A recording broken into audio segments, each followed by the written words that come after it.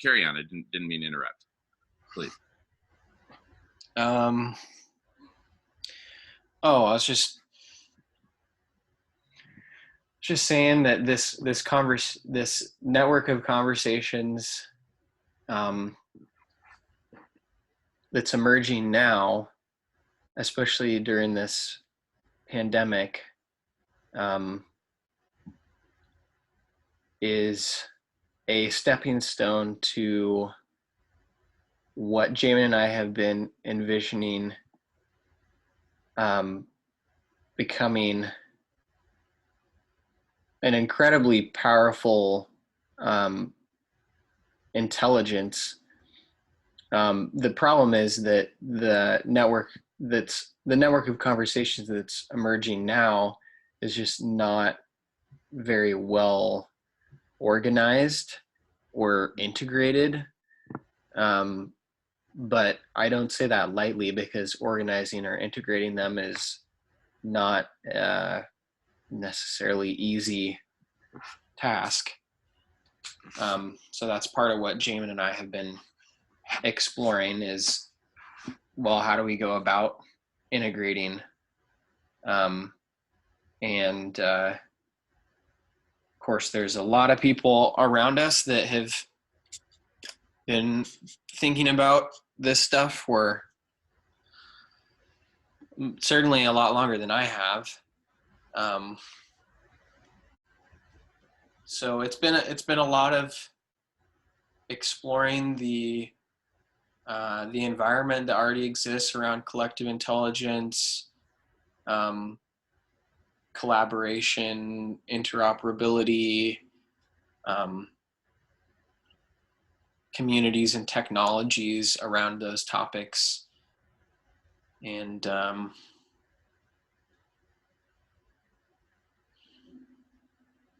it's really good to see the network, more people using video conferencing. That's really exciting to me, because I think it's the ushering in of a new wave of or era of the internet. Yeah. Where we're like really stepping into it. And I mean, and this is happening live. We're not trading notes asynchronously, So yeah, I don't know where I'm going with all that. No, but I see, like, I guess it's a good way to start is this very event. This, I think in my life, this is the most concrete example of what the 21st century can give to us, and also how authentic it does feel, despite our, I guess we're all three in the US, at least I hear an American accent from you. I'm not American, but I live, this is Cambridge, I'm in Cambridge, Massachusetts.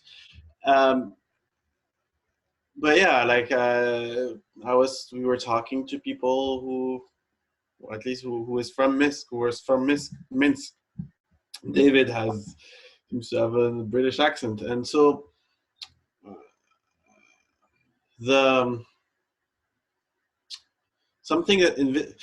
stuff that Invisible Drum said, a lot of stuff that Invisible Drum said had a lot of wisdom embedded in it.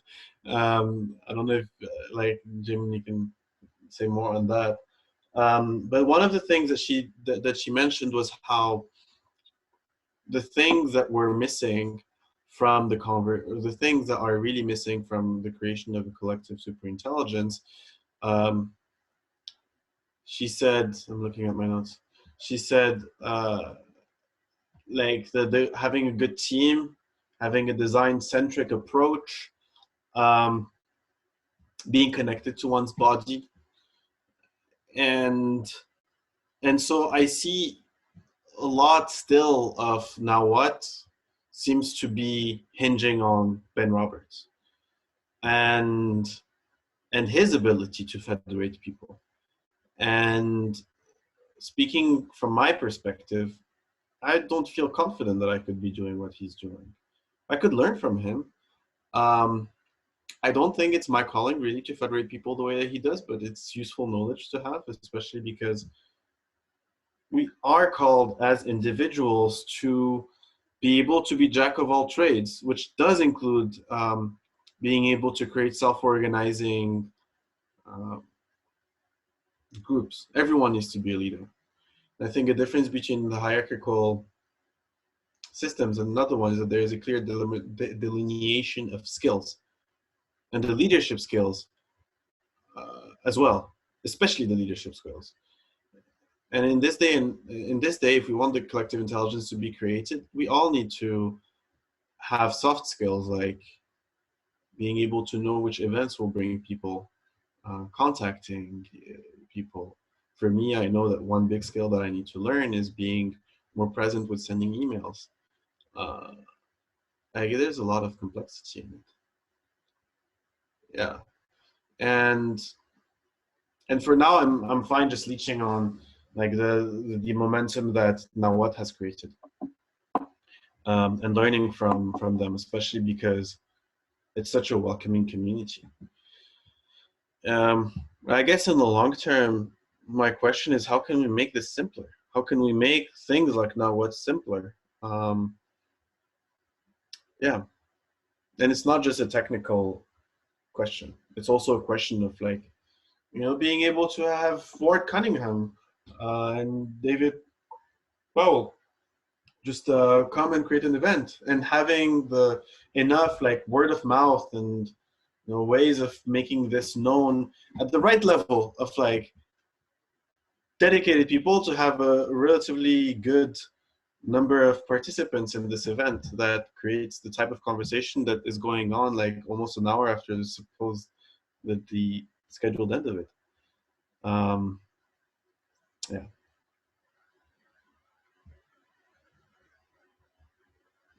So it's soft skills.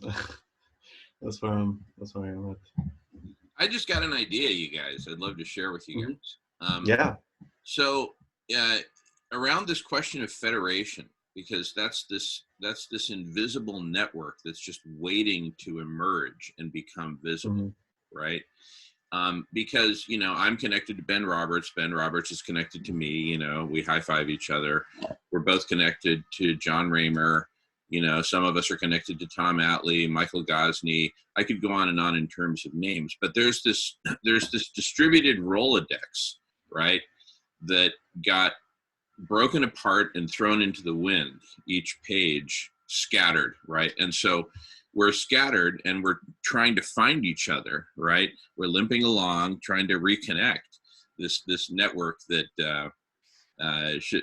I'm talking about it as if it was once connected, but the reality is it was always connected. We're a network that somehow got brainwashed into thinking that we're something other than a network. And so we're rediscovering ourselves as a network. So what occurred to me that we could facilitate to do that is a decentralized open source like wiki mapping tool that's just super simple. You download it or you just go to it, but connect with it, and you basically create your own Rolodex card, right?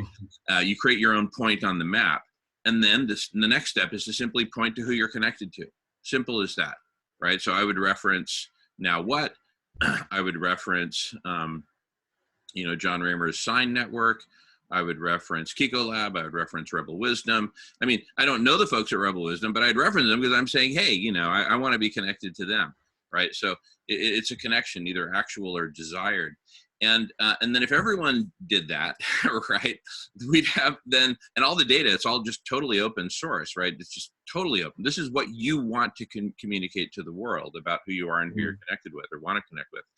And then the software, right, the cloud-based, would stitch it all together and create one contiguous map of basically, for lack of a better word, all the players in this emergent game, this emergent, massively multiplayer, decentralized game of emergent collective superintelligence, right? This experiment in collective superintelligence. And conversations could be identified either as totally open to the public, like this one, you just join, right? Maybe you have to hang out in a waiting room for a couple of seconds, whatever, but at least make that clear. You're welcome to join, or you have to apply to join. And there could be tools that would ride on top of the map that would facilitate that sort of, a set of standards and protocols for such communication about, the status of a given meeting. Is it open for new participants? Do you have to, apply? If so, how do you make it a one-click?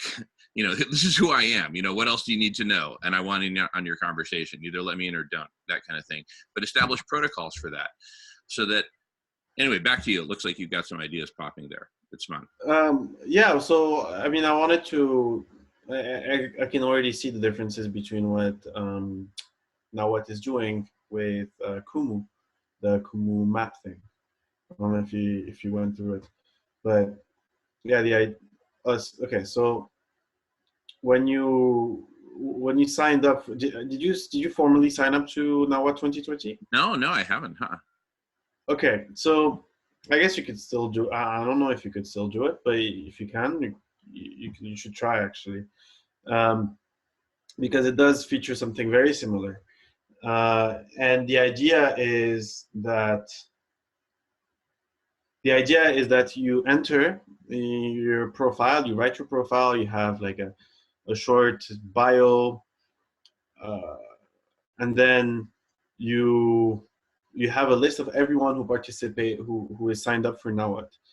And then you can write, you have for each person, and actually I don't know, I had the spurt of drive when I did it, and I went through the list of everyone in that list, in that group, and I found out whom I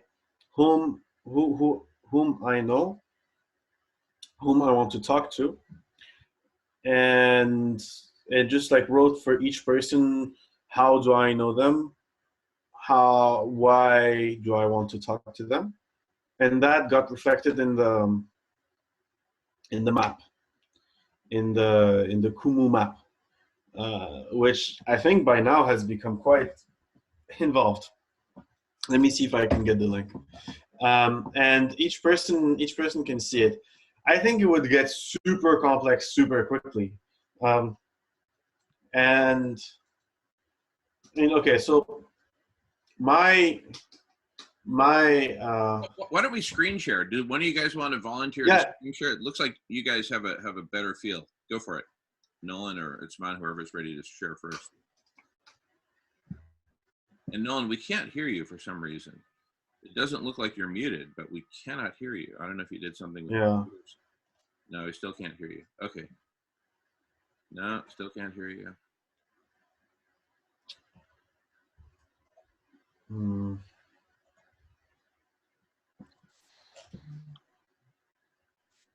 What about now? Yeah. We can hear you now. Yeah. Awesome. Okay. My screen,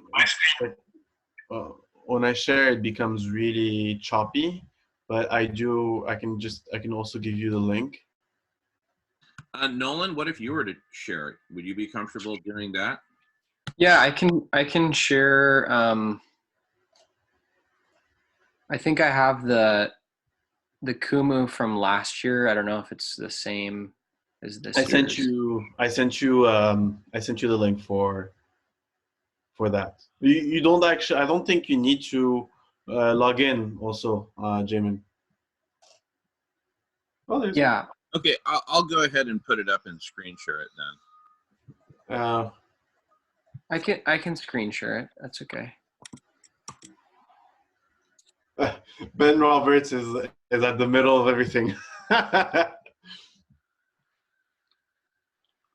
Surprise. Yeah. But so this is the Nawat November 2019. Oh no, it's actually March, April 2020. They I guess it's the same map. They just updated it to include that. And if we click on the click on hide non-connected.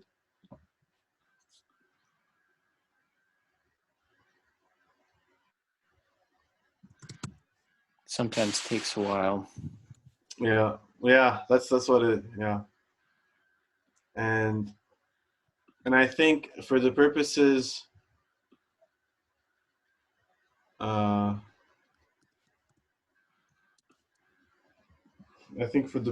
of this, given how connected Ben Roberts is, the quote unquote true maps would be without him.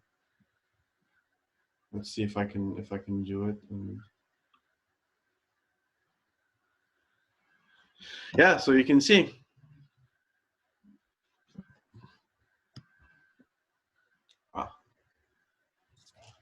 Name.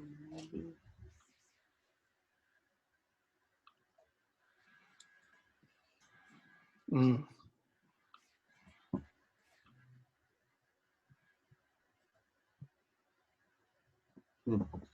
Yeah, Yeah.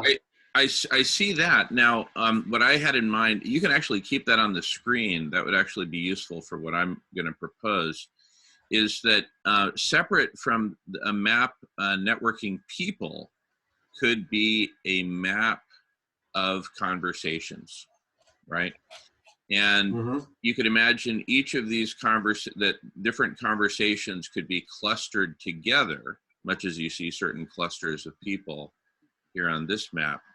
But certain conversations could be clustered together based on who organizes those conversations. So if it's part of the Now What network of conversations, it would be in that cluster, right? If it's part of a Rebel Wisdom network of conversations, it would be in the Rebel Wisdom cluster, and so on, right? And then imagine that, and then it's really the clusters that are either connected to each other or not. There either exists a connection between a given pair of clusters or not, right? And the connection is either one way, left to right, one way, right to left, or bidirectional, meaning that both parties acknowledge each other and express the intention to be connected with each other. And that simply helps you to start from a known node and say, all right, hey, I love all this, like Brett Warshawski. I love Brett. Let me see what conversations he's connected to. And then I could see what clusters those conversations are in. And I could get a visual on basically, where does Brett live? In what clusters, in what communities does Brett live? And I might follow Brett around, right? If he lends himself to being followed. Like me, I would love to just make my whole calendar totally public so anyone who cares to could follow me around, right? But other people, understandably, might not want to be followed around for whatever reasons. So anyway, so it would have to respect all this good privacy stuff. But for me, one of the best ways to do that is to not make it so much person-centric as conversation-centric. Because really, the action is in the conversations. And the hypothesis is that once we have a big enough critical mass of people participating in, I'm just going to call them transformational conversations. Okay.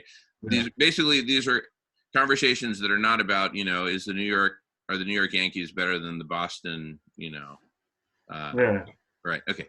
These are transformational conversations, fundamentally about saving life on Earth, transforming life on Earth, transforming humanity from the standpoint of culture, economics, living arrangements, politics, governance, story, you name it. Anyway, bottom line, transformational conversations, and I would add actual conversations per our earlier conversation, right?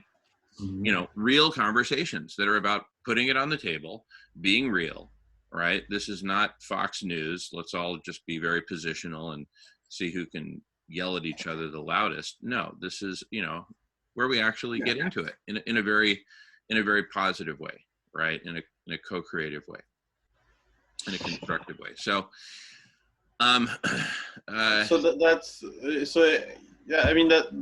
entails a lot more than just a platform in this case. Like it's a whole education, really.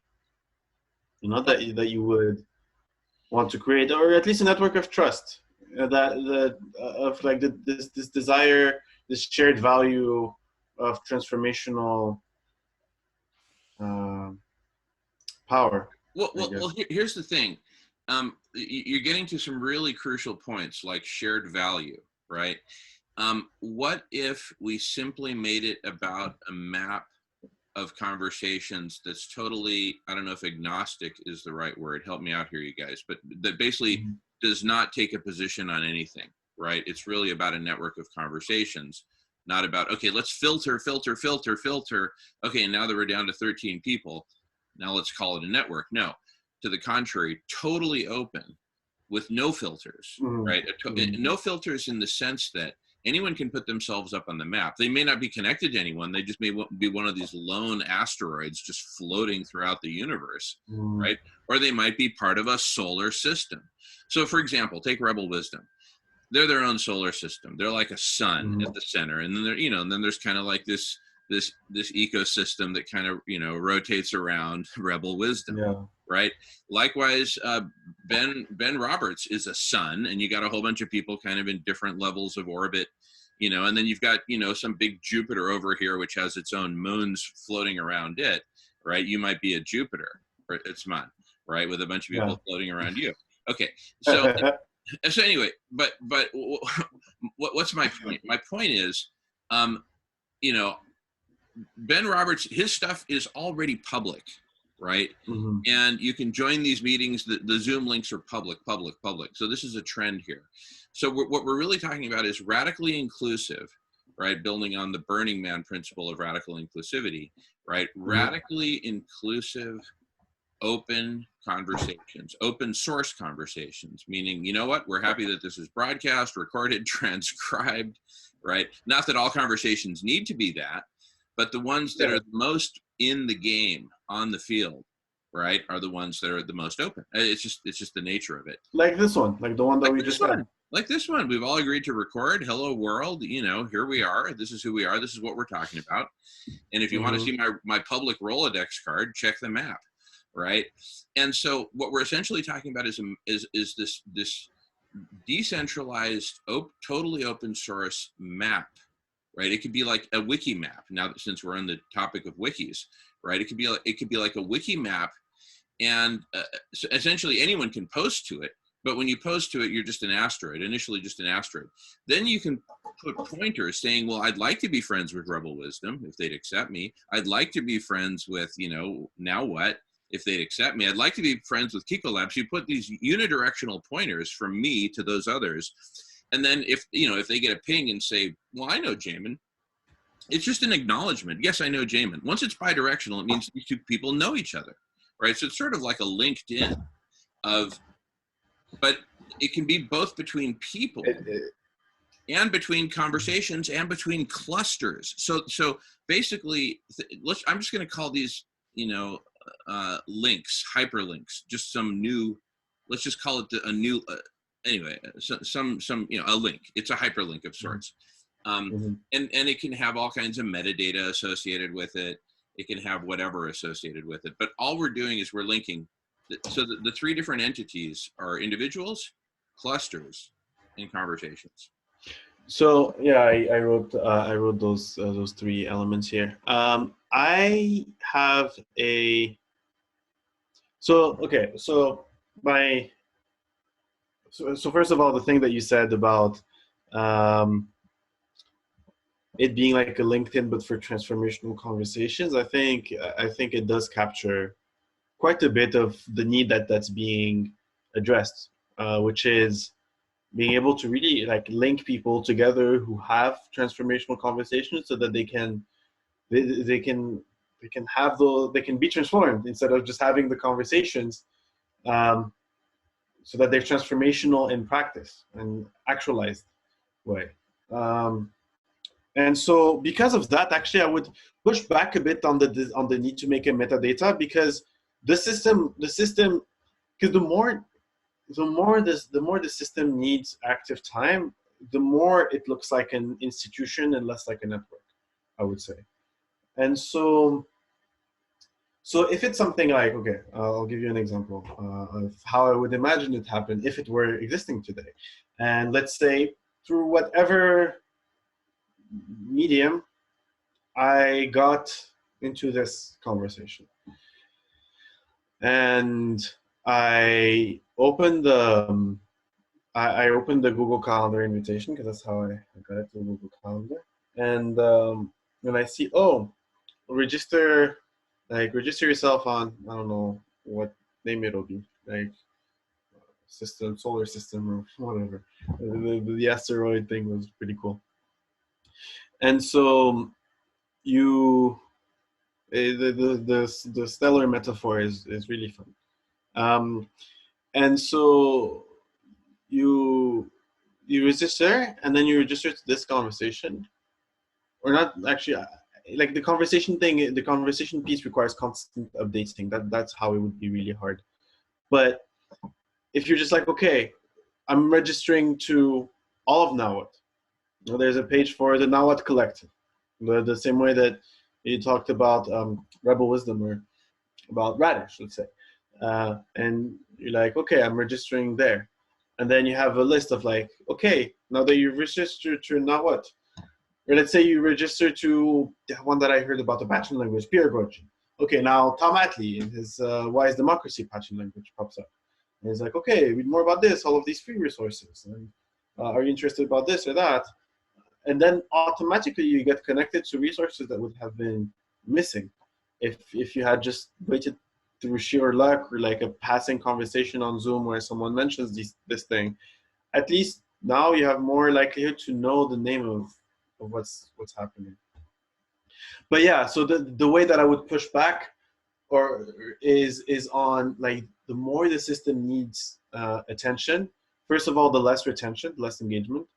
And secondly, the more it looks like an institution and less like a network.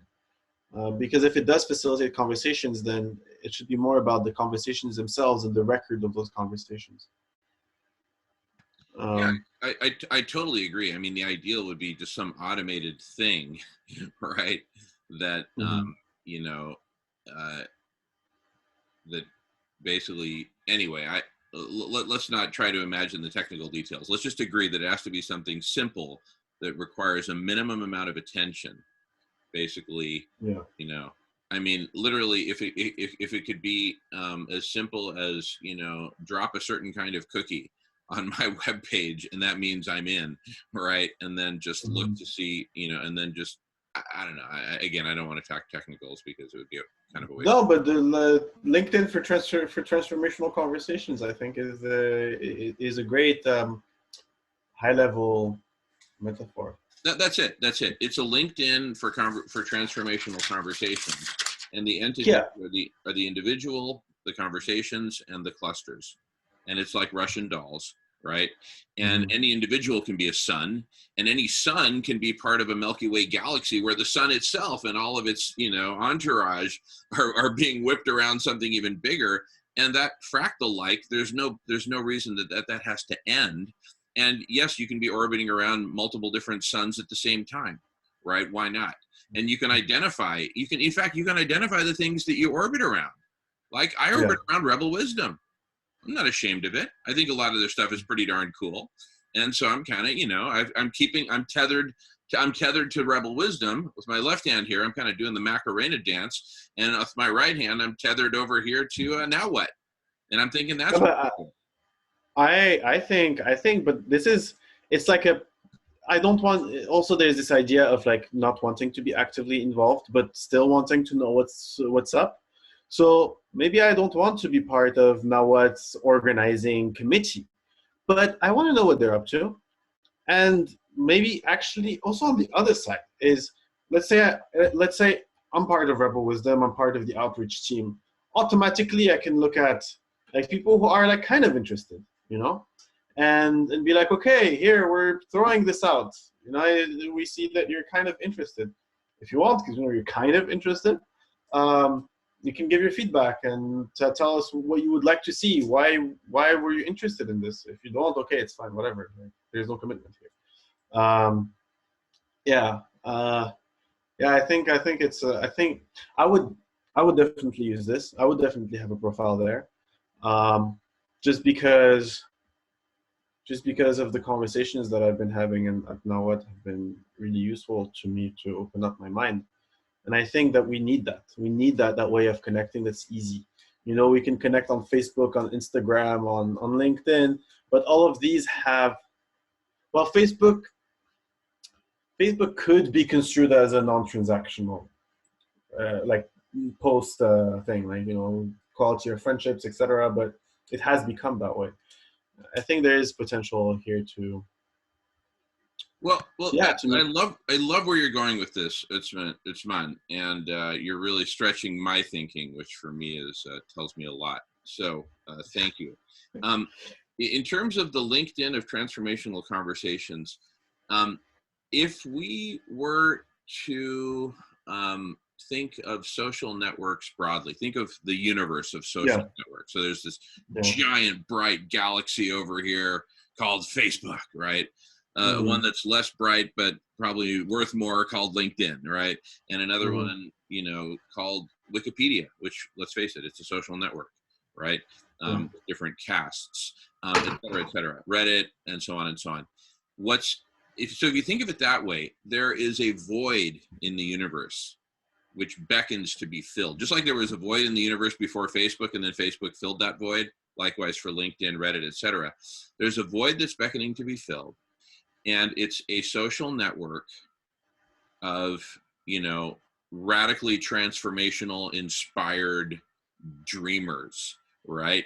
Who want to come out of the closet, come together and say, yeah, me too. I'm one of those, you know, and here in the Castro district of San Francisco, I can be fucking proud of it. So we essentially need to create a Castro district that's safe for being a radical transformationalist in 2020, who's awake to what's going on, heartbroken by what's going on, absolutely committed to doing everything we can to transform it. You know, we're basically coming out of the closet.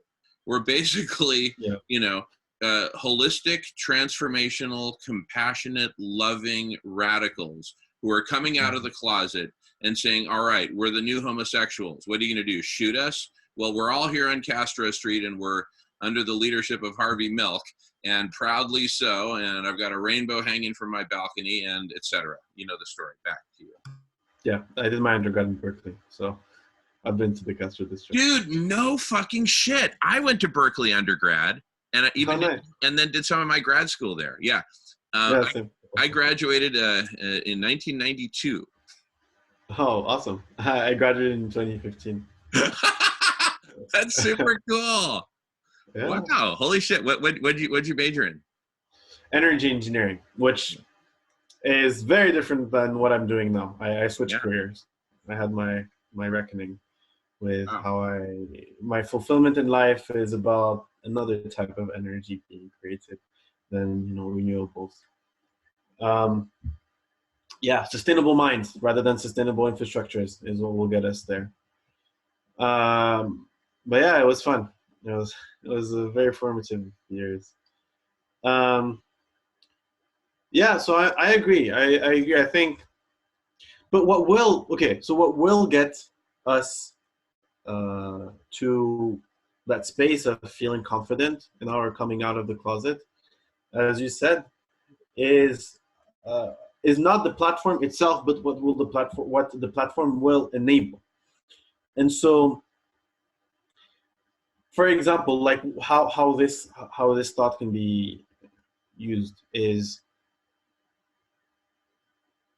there's already ways to connect with each other in a video conference way. You know, like if we want to be open source in the way that we use, there's Jitsi instead of Zoom. We don't need to create that.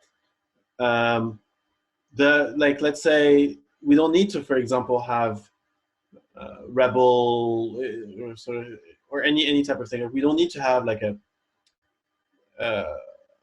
a sort of wiki of knowledge base, because each organization has its own governance model with its own technologies, right? So the specific void is, how do you make people know that there's such a thing out there? And another thing that's really useful is there's a whole period, I'm sure you felt it, I'm very sure you felt it.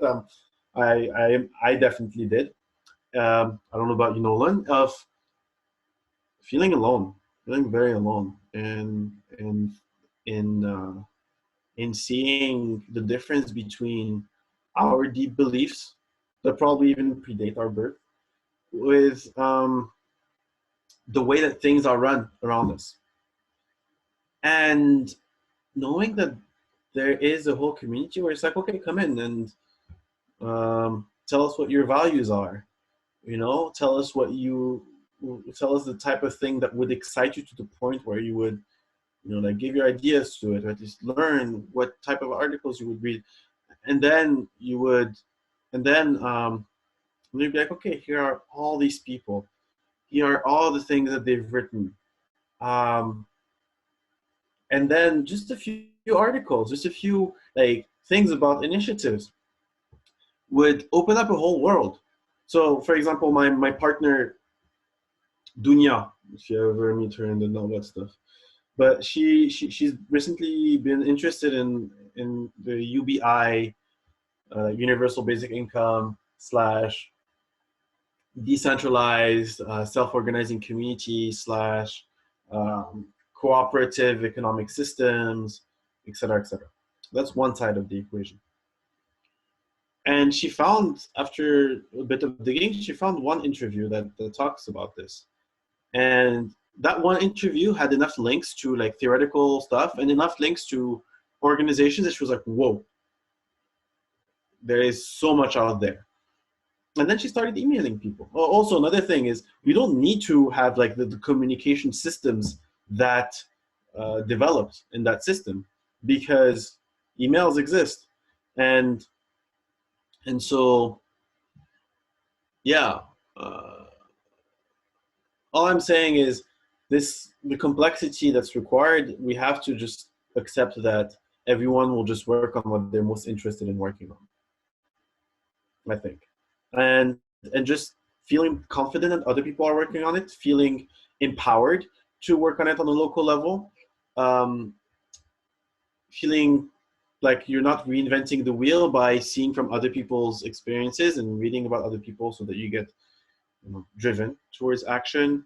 Uh, Seeing if you have local things that you can be part of, like seeing whether certain global conferences like the NAWA thing exists. Yeah, yeah. Uh, that would be cool. That would be really cool. Well, you know what's super cool is, and here's a concept you pulled up, Brett Warshawski on the map there, who I'm a big fan of, and we've hung out for many hours together over the last couple months or so. But is the idea of thoughtware before software, right? Mm-hmm. A previous version of myself, a younger version of myself, would say, okay, great, let's code this thing. Let's create it. Let's code it. Right? But where I'm at right now is, before even going to the keyboard and clicking button number 1, right? Hey, David, welcome back. Hey, welcome back, David. We're having a pretty cool conversation here, and now with you here, it is perfect.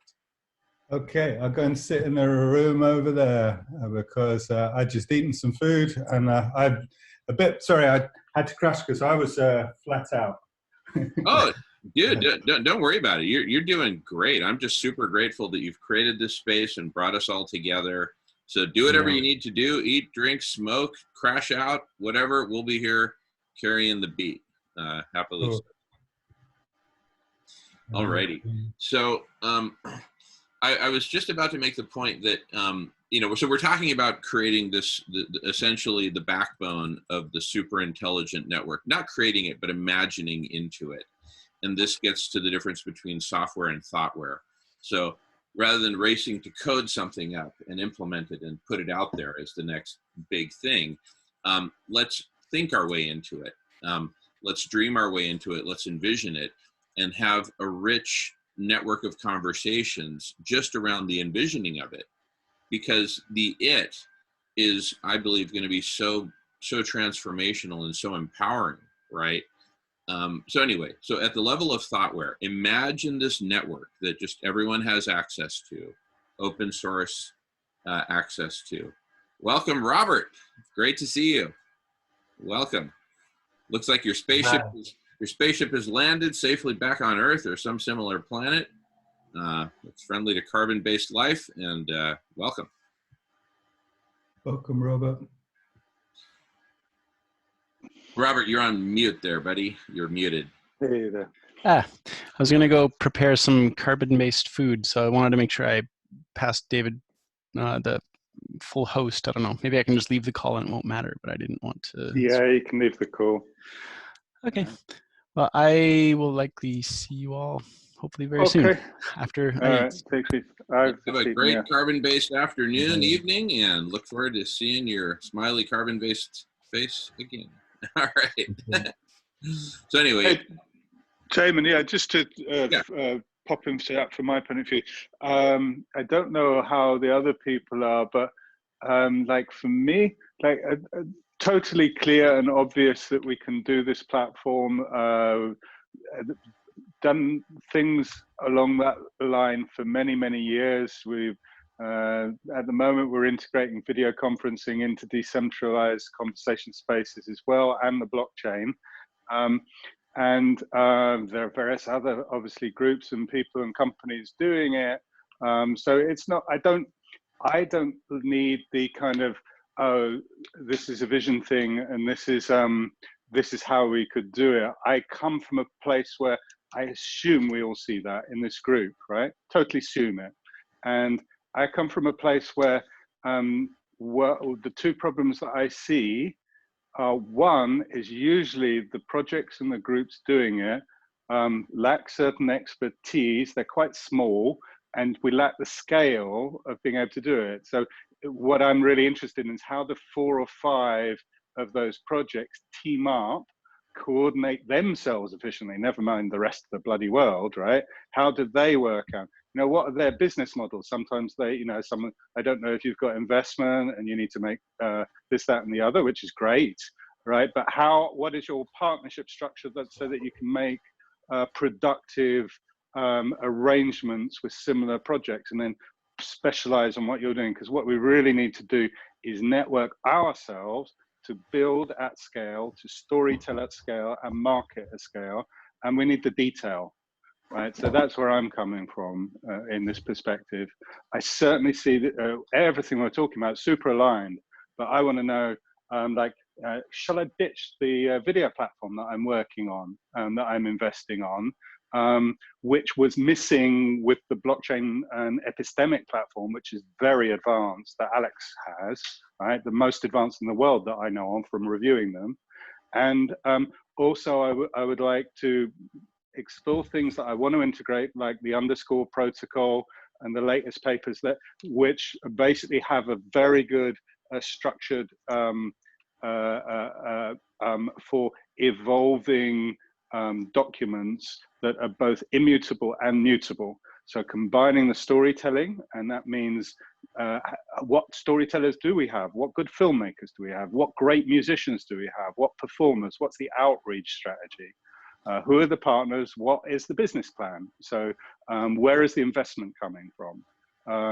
And I don't mean just money investment, I mean time investment, heart investment, social investment, right? And how do we do that without losing our own hearts, right? Because to achieve a global consensus on climate scale, that is something that, let's say, the United Nations and the various COP26s cannot do, right? We need to deal with money, and we need to deal with power, and we need not to become like them. So it's like the devil is not in the rhetoric or what have you. I take that for granted. I just want to know the detail of particularly how we work together. How could I work with you, for instance, James? How could Othman here, how could we work together over the next 12 months? How many hours can you put in? How do you account for those hours? How do you get paid or not paid for those hours? How do you let go of your own ego in doing that, or your own company or your own project, to come together to deliver that? That was a little bit of a rant, by the way. I just thought I'd do that, just because sometimes I have a, yeah. Well, it's a very interesting thing. I guess I'll do the thing where I tell you, oh, there's this thing about, in this case, steward ownership, by uh, I mean, the purpose called purpose economy, which I can send a link to. And sorry, I think I'm familiar with it as well. Yeah, Poipus economy, I call it. Poipus. Porpoise? What porpoise? Poipus. It's a beautiful swimming fish.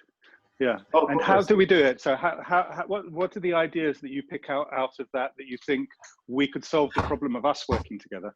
Yeah. So okay. So in this sense, what I would say is, so what Jamin talked about is different than what you're, or it's not different, but it's, I guess, the starting point of what you're alluding to. I doubt it. I think he's trying to do exactly what we're talking about. I think many people are.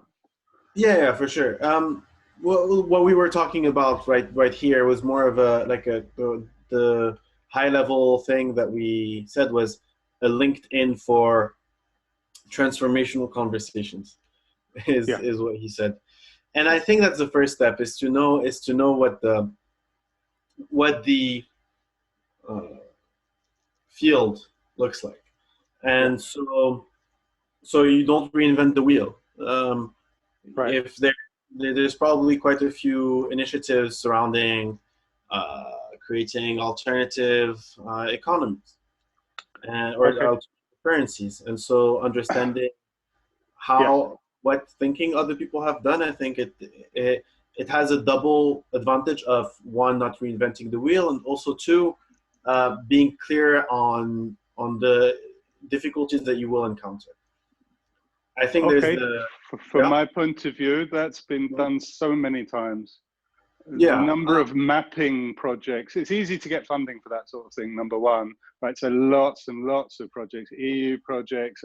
You could just look at great projects like Peer-to-Peer Foundation, Michel Bowens, and you've got, and if we wanted to set our minds to that, we could aggregate that data and get a full comprehensive report of the entire field within a month, let's say. So it's not a problem. So it's more, okay, so I'll tell you the need, and then I'll move on to like answering specifically what you said. So the need is for people like us to be connected more effectively to initiatives like Now What, because in my recent experience, it's the closest I felt to like what a network collective intelligence can look like is Now What specifically. So then how are the Now What's not happening? Or why are the Now What's not happening? And so what I had said was the lack of leadership, of effective decentralized leadership, which is difficult to solve because it does require, I did some research into leadership and entrepreneurship, and I mean, I wrote a thesis on it, but the biggest issue with it is that it does require people to have a conscious understanding of their own identity, would be one way to put it, to be aware of their own values and to have stories for why those values are important to them. And that actually requires a lot of reflection. And the majority of people are not at that level of mental complexity. So I sort of agree, but can I play devil's advocate on that? Of course. I do agree what you're saying is important, right? One of probably the most violent disagreements that I've seen between enlightened individuals who are very good listeners and write books on the subject and have their own little business empires built around it, and they meet someone else with the same compassionate and listening outlook who's worked on themselves for the last 20 years. And when you get like 4 of those people or 5 of those people down the pub without any publicity, they talk at each other, they go around the thing, they don't listen to each other. And on the other extreme, when you get very confrontational, dissonant people, and you say, right, it's going to rain this evening, let's put up the tent together. right? Bang, they start working, they start cooperating. They don't think, they don't change their personality, but the social context and protocol around them leading to action rather than talk and introspection is incredibly effective in certain contexts. So I'm putting, obviously it's not one or the other, but certainly the inward lookingness and the expectation to transform psychic consciousness on a global scale before we can lead to action has got a long history since the 60s, and it's a dismal history. So what you're saying is from what I understand, like a reiteration of the issue that reflection and consciousness and emergence and awareness, these things still do not have the effective action, like the power for effective action that hierarchical yes, system. and I'm not at full hierarchical at all. It's good for certain things, but what I would say is, like, if we were to tell a story about it or a metaphor about it, a fleshy, passionate, compassionate, environmentally respectable organism without a spine doesn't get very far. Yeah, but compassion is in a decentralized way, though. What I mean is that what I'm not. I totally value the compassion. I mean, I'm like a doctor, did philosophy. I'm really into empathy, and I'm not sounding like that now because I'm playing devil's advocate. Yeah. But I'm saying that that stuff is amazing. But the problem with people who get into that stuff is they don't appreciate the spine, the architecture and the structure that can protect, organize, and scale those values in a hostile world. Yeah. So I guess I'll go a bit theoretical on this one and bring like adult development, or constructive developmental theory, which is the theory that I used to write my thesis. And I'll put my own spin on it. And so you have I don't know how familiar you are with constructive developmental theories like spiral dynamics, Ken Wilber, and all of that. But to keep it simple, you have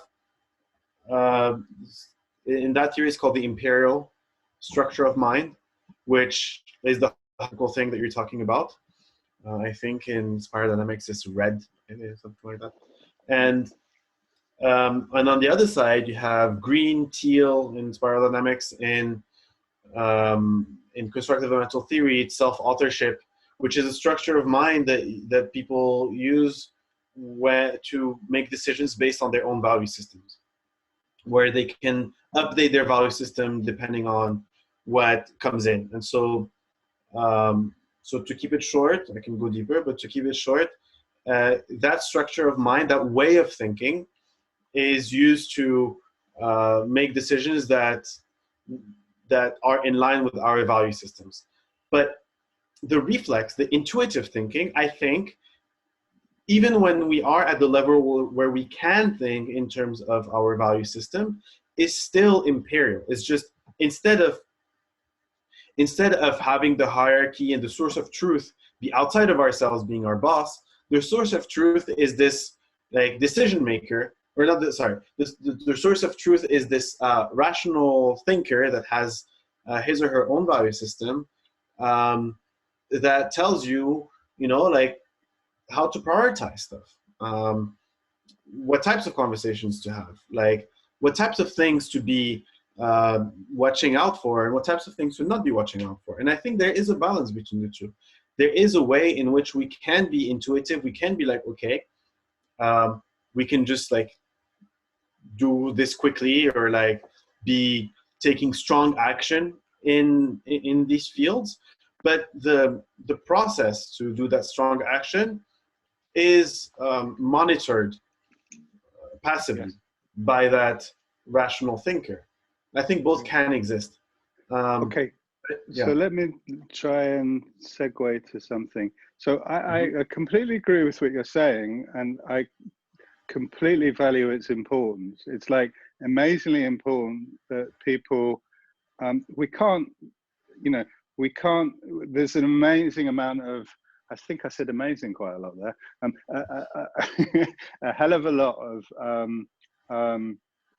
culture, that we presumed culture and value systems and structures that we just absorb in our upbringing. We don't even know they're there. They're just like the sea that we, and when we have to reinvent and author a new system, we need all those educational processes, those psychological training. We need to adapt to new ways of conversation and new ways of thinking. So I completely value what you're saying, and I would defer to you and like your training and your interest to strengthen that.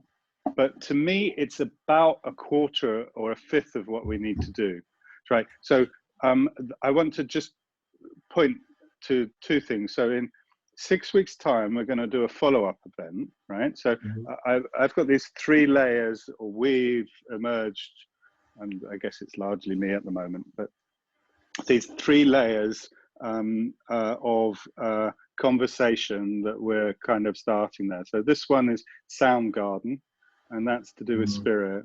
The next one is Democracy Garden, which is to do with basically taking action in the physical world, how you decide together, law. It's going to be quite nerdy. It's about governance. So we're going to have a governance decision with lawyers and activists and people, and we're going to look really at what legal frameworks we can put down, what technical protocols we can put in place that make them painless. We're going to look at that kind of structure. And the final one is called Knowledge.garden. So we've got Sound.garden, Democracy.garden, and Knowledge.garden. And that's about experts, expertise, knowledge, respect for your elders, the mind, right?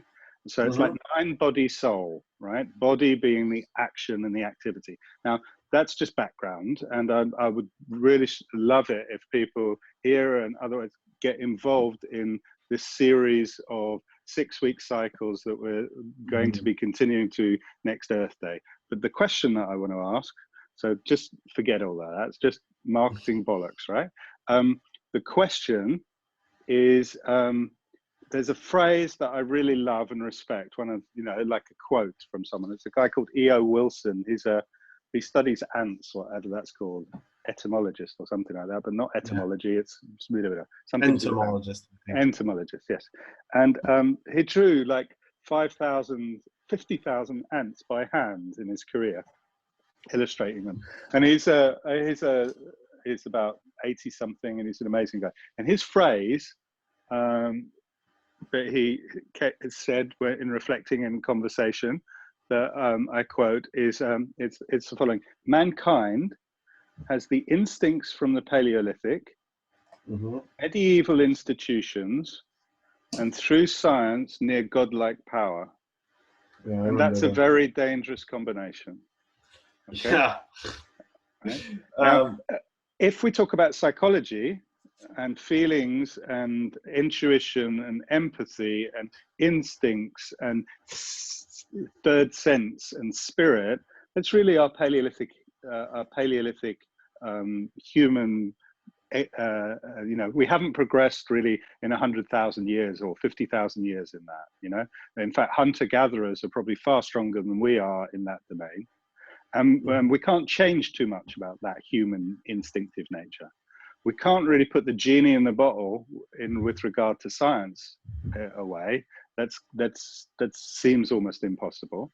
But the one thing we can do a hell of a lot about is our medieval institutions, right? So what, in your world, where you seem to be talking more about psychology, working on yourselves, intuition, empathy, and what have you, without the structure, the spine, which is the governance thing, right? The social governance, not the psychological internal, but the social governance. Well, how do you personally relate to that dimension? So I have an answer for you. So practice, and I think, okay, I wanna get to what I want to say in a concise and comprehensive way at the same time. Our instincts. So I'll start with this. Our instincts are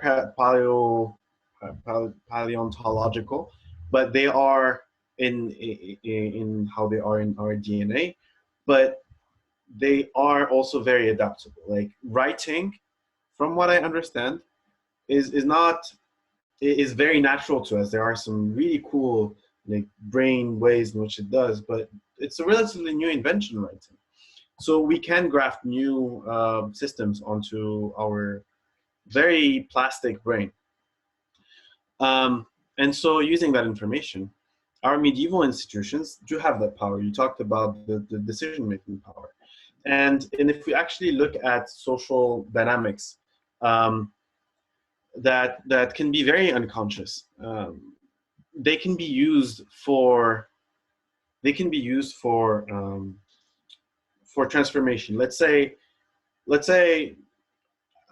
um, hypothetically speaking, that I am super good at sensing the emotional like experiences of people who are in front of me, and I want to help them out. And so I will be able to sense that that person sees me as an authority figure of whatever sort, and be able to say to that person exactly what they need to hear at a certain time in a way that I know will be impactful to them, thereby using something that I could have used as like influence or manipulation or whatever like type of understanding of emotion, like of emotional. Sorry, how does this relate to the question, which is governance? Can Yeah, I put it in a direct way. metaphor? You can Right, use. so You can use if I yeah. really like what you're saying, and I think that's fantastic, this guy can transform climate change and he can do that, and I say, great, here's $1 billion. In fact, here's $50 billion, right? Yeah. To do what you're talking about. What are you going to do? I would form people who.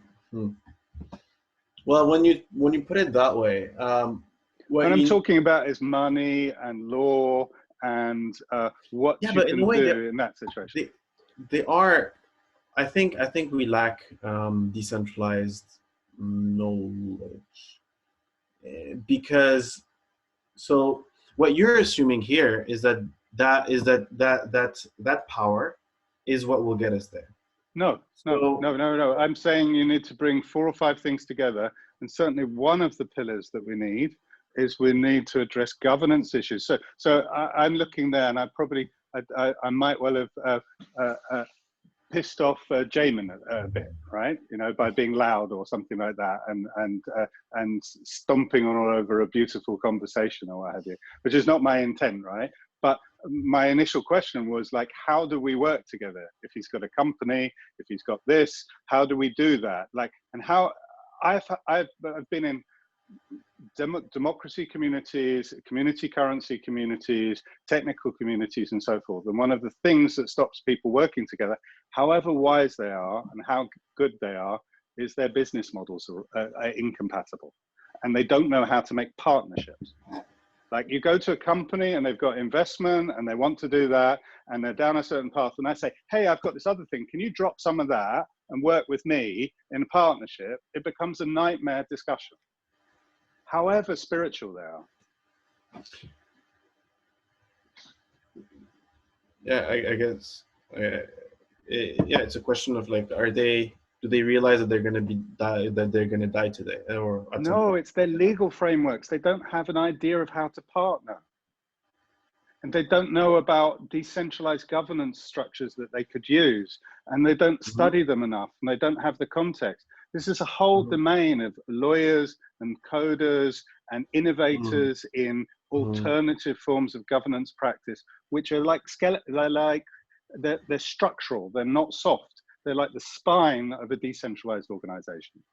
So you need the soft tissue, you need the empathy, you need the practice, but you also need the spine. You need structure that can hold the body together, can protect it, that can make it stand up tall and strong. So I came across something today that would answer something like this. I think cooperative, or what that said was cooperatives, distributed cooperative organizations. Disco? Yeah, DCOs, yeah, disco, yeah. Yeah, that sort of is the kind of area. And obviously, but it's interesting when they say cooperatives, because a cooperative is also a medieval structure. It's yeah, but it's also doesn't need to be, or what's bad about it being medieval? My issue is for it being hierarchical. No, yeah, but what happens all the time is like people, because so little thought is put into the structural aspects, right? That people just pick some politics book written 400 years ago, right, and try and apply it to a post-Facebook world. You know, you know, it's interesting now because there are a new, large, powerful, and clever generation of structural thinkers in software, and they like Ward Cunningham, for instance, and they're practiced in terms of not just talking about the values and the practice like agile and how you work together, but then engineering principles that they learn from them into code, which enables and facilitates Wikipedia, right? You couldn't get Wikipedia spiritually. No. Right? So you need to combine the structural aspects, and it's not just software, because Wikipedia is only available because, you know what open source comes from? Does it come from knowledge of code or software or MIT? No, it's a legal innovation with Richard Stallman teaming up with an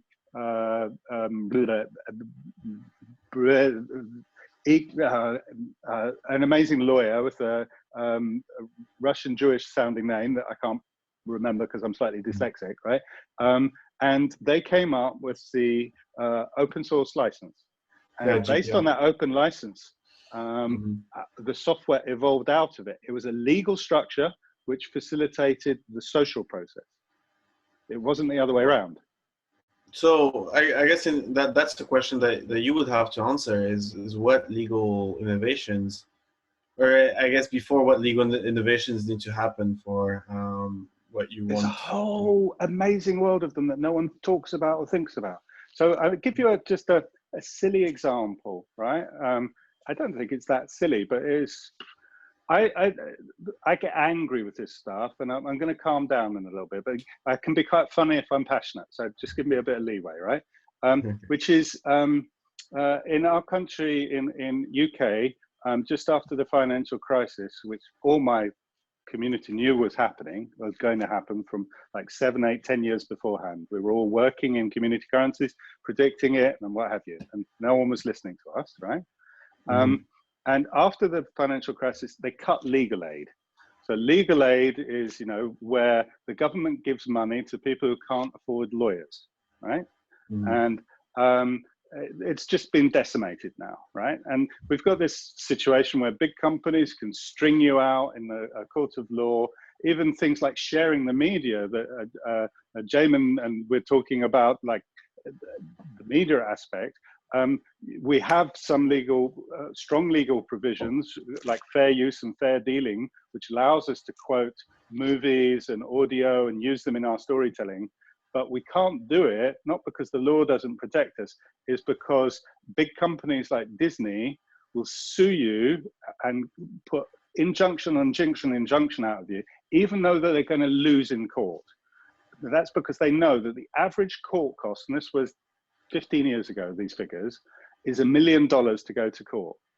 And not many people can stay the distance out, raise $1 million for like 10 years to just say, I want to remix this movie to educate my kids so the legal stuff. In any case, I'll try and make the story short. The story is we're stuck in this nightmare. The public funding's been cut for legal aid. What could we do about it? So I sat down with a blank piece of paper, right? And I spent 20 minutes coming up with an answer for that, right? Because the answer is trivially easy, right? And the requirements for that answer were as follows. It mustn't cost the government a penny, right? And that's because of the conservatives and the right don't believe in state funding. So, okay, so wipe out the government giving you any money. And it must be fair to people, to human beings, and just, right? So how can you solve this problem? How can you provide legal aid if the government isn't going to do it? You know, and the other thing is you need to give everyone the total freedom to choose and pay for whatever lawyer they want. So you can't have a socialist system that says, here, I'm going to give you random lawyers, right? So how do you solve that?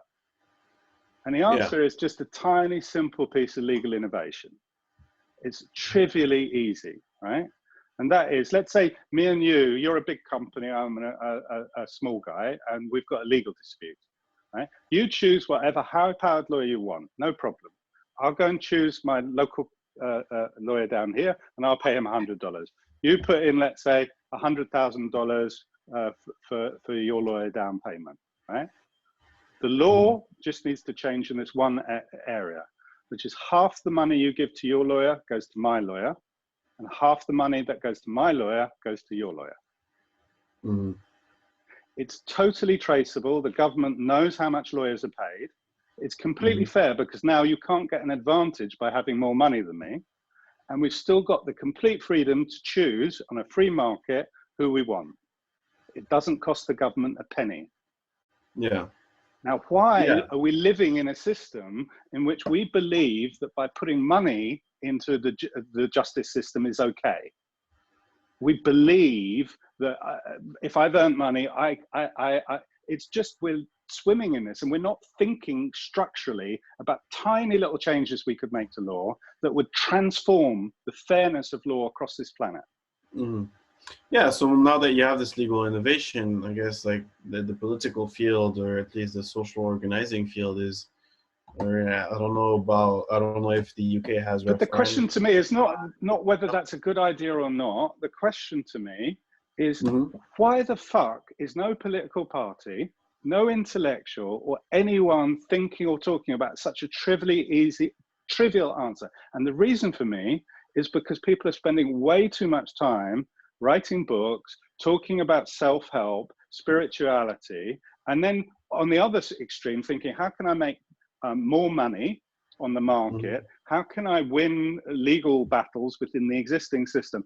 And there's so few people thinking about structural innovation in the governance structures we have, that a 10-year-old can come up with innovations which are radical.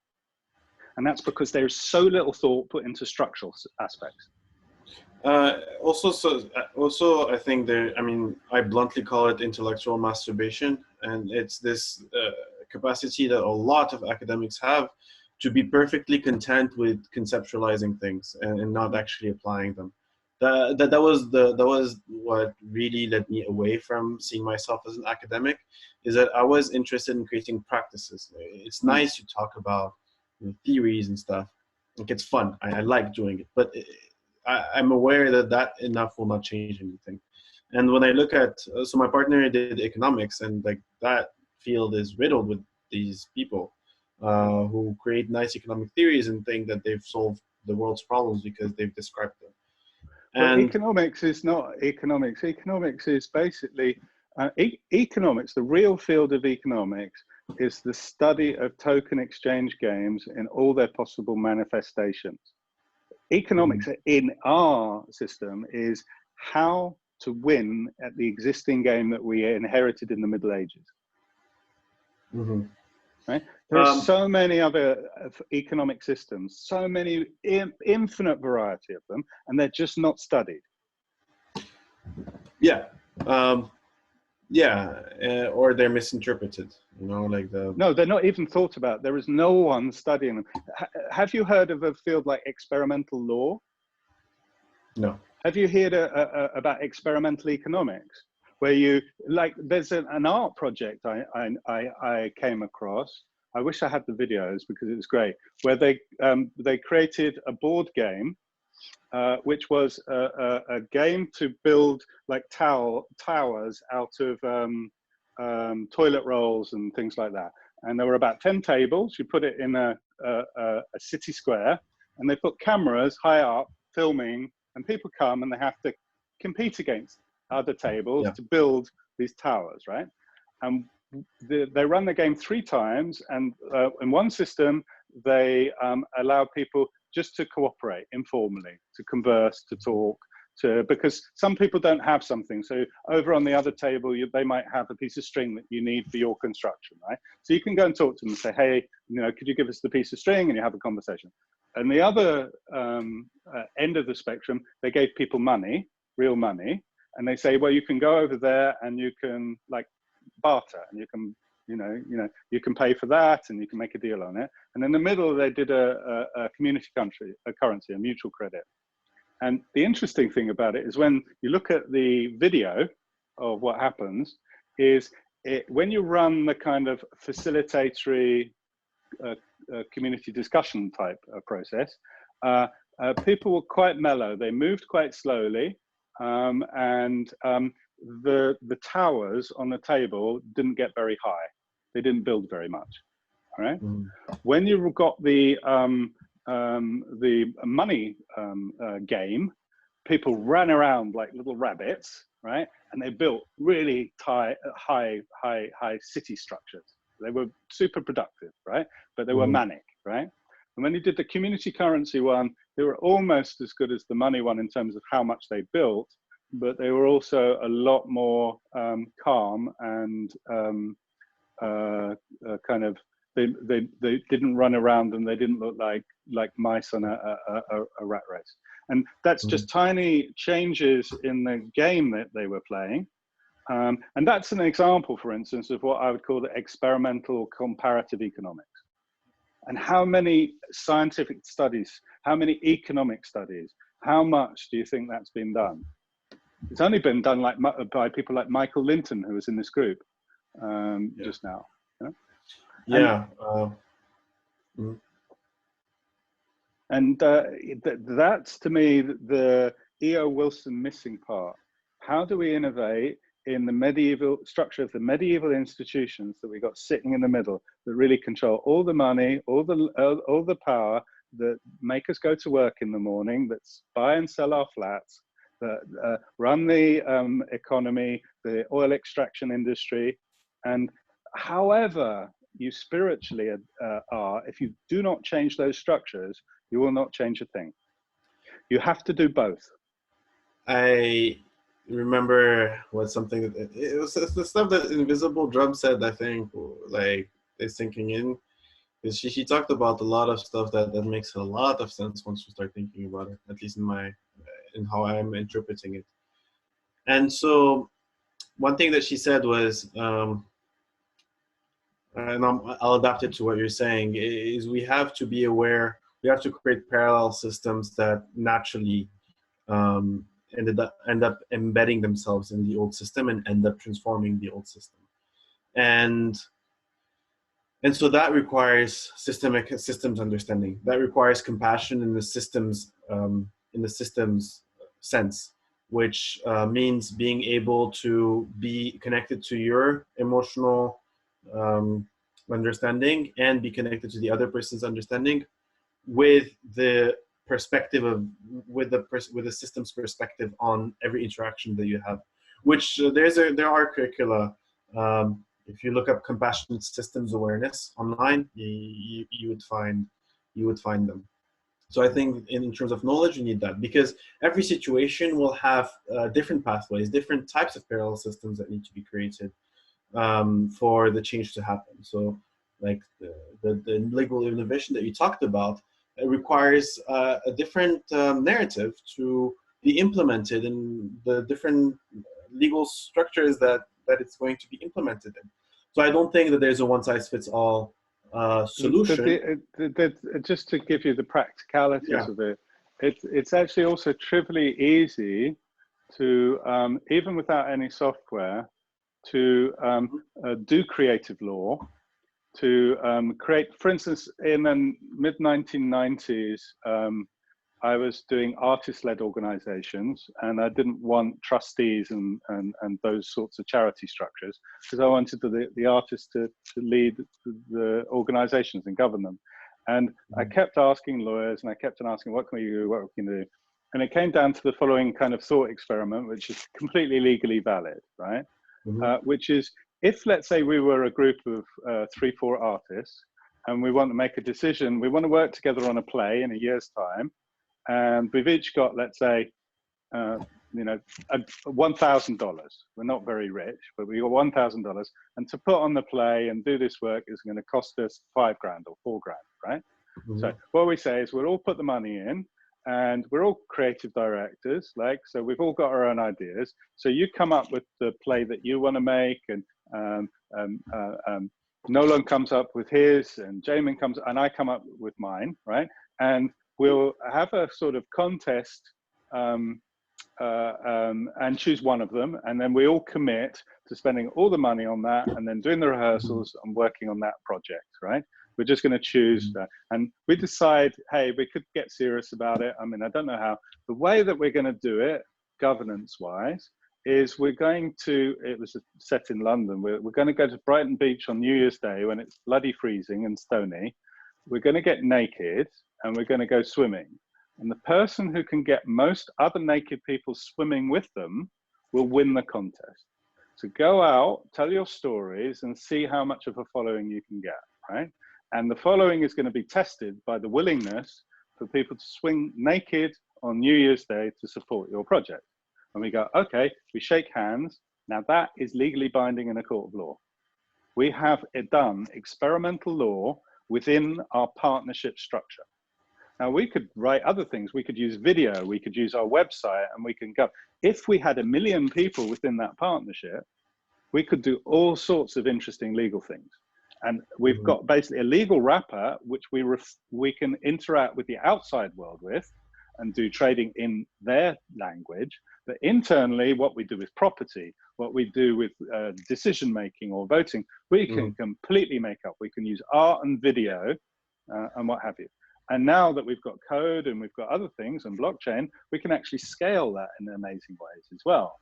And we can do kind of complex, like the term you used is like systems aware, ecosystem aware, ecosystems of legal structures, which are fantastically rich and designed for lifelike governance. And there's nothing, and never has been anything, stopping us create those things. Apart from we defer to lawyers, because the only people who are allowed to play with that stuff, supposedly as a lawyer, like as a 16-year-old, you can't do that, can you? And it's not even true. I am like in charge of all aspects of the company that I'm creating, including the legal aspects. So I kind of get why it can be difficult for people. Why? Because there are a lot of things to think about, and there needs to be an attention to details. And I think there's also, in my case, but I think a lot of people have this too, the feeling of dread at handling an institution, feeling like you're judged the same way that you were graded in the past. But I'm working. I have to. I have to understand the legal framework of LLCs in Massachusetts. Americans are super cautious about law. Super cautious about law. They view law as some sort of religion that's not to be touched. The question I would put in parallel is there's a fabulous open source project, a bit old now, called Blender. It does open source 3D modeling. If you look at the code base of Blender, it is way more complex than the entire European legal framework. Right? Now, does a kid feel intimidated to dive into the code? You have to look at precedent. You have to look at the open source history of the code. That's like legal precedent. It's far more difficult. It was originally written in, I can't remember, Java and then Python, I think. And it's far more difficult to read than law is. But for some reason, we're super intimidated to dive into legal code and hack it and write our own than we would an open source project, which is way more complicated than the entire fucking European constitution. Yeah, so you have to look at the social systems that surround things like Blender, and I think it's a great example. You have IRC, like you have chat rooms. that you can talk to and just exchange information. You Yeah, have, but we could do that for law. yeah, exactly. That's what I'm proposing. You have No, mentors. but it's so, not. That's not the tool thing. The difference is we are, and I made the American example. We are so in awe and so reverent to lawyers and how complex it is, right? Yeah. When the priest moves into the room doing their magic, we don't dare bleat, right? So We don't have that with software. It's the fear and the lack of the lack of experience that anyone could do this sort of thing. There's no reason we can't. It's like some weird invisible taboo. And great thinkers, they go into code, they go into psychology, they go into biology, they go into academia, and none of them go into the really important areas of really experimenting legally in terms of governance structures, imagining different forms of law, implementing them and coding them, and the same with financial systems. No one does that until very recently. Yeah, so my personal experience, what has been most useful to me is a combination of, well, three things. As a budding entrepreneur in Massachusetts, or in Cambridge, Massachusetts. The first one is having mentors. That, like, lawyers that have office hours where I can go talk to them for 30 minutes and they could tell me everything that I needed to know. The second one was having people who needed to do similar legal things than what I needed to do, so I could refer to them. They're not necessarily lawyers, but the advantage in talking to these people is that, yeah, they did it on their own and they like pulled off some legal structures that are what I wanted to do, and I see me in them because they're also company founders. And the third one was having tools online or articles online that explain to me like the various different types of things, like the background information that I need to know. So in my experience, in my experience, there's almost no lawyers on the planet who know this stuff. None. Yeah, so people should have office hours. Like they should like give like 2 or 3 hours in their week, or maybe even less, where they're like, okay, I'm a lawyer. It's not that they don't have time. They just don't have the education. They don't know what they're doing. No, look, both the economists and the lawyers study very, very hard the rules of the existing game. They don't study alternative laws. For instance, I work on domain-specific legal languages, right? Programming and expressive languages in human language that are also machine readable, in which you can make up iterative, evolving law. You can make up recursive law. You can make up agile, competitive testing ecosystems of different evolving legal entities, right? You can do all sorts of crazy shit. And there's probably, I don't know anyone who does that sort of stuff. And it's not that it's not legally valid. And same with economics. It's just that the universities don't teach it. The professors don't learn it. It's not even a subject, right? What has happened is a few hackers recently, 4 or 5 years ago, applied some economic principles with some cryptography to a very naive currency design without any experience of currency design whatsoever, right? And did Bitcoin. And out of that also came Ethereum, which is more interesting, right? But these are, in terms of the history of that sort of area of social legal innovation, very, very naive structures, right? They were very naive young kids who hadn't studied, I don't know, the history of whatever anarchist movements or the history of governance or the anthropology of these systems or the anthropology of money, right? Yeah, and the fact is that you won't find any of that material. It's getting better, but in the last 20 years, you won't find any of it in any university anywhere. Yeah, the Otto Scharmer, I don't know if you know him, he's the Theory U guy, but he told me one day, I was talking to him about my budding frustrations with the academic world, and he told me, yeah, like someone once said, that science advances funeral by funeral. And I think that the academic world is not, this, at least in my case, for what I want to do, which is helping creating cultures of growth and innovation. I can go more in detail about how I think I can do it concretely. But yeah, it's not going do to happen that. from the academic world. What? Let's switch topic because I've been ranting too much. Let's talk about how you would like to do that. Okay. Well, I can do it quickly. I also would like to hear Jamie and Nolan. I guess I'll be quick. But meditation isn't enough for spiritual growth.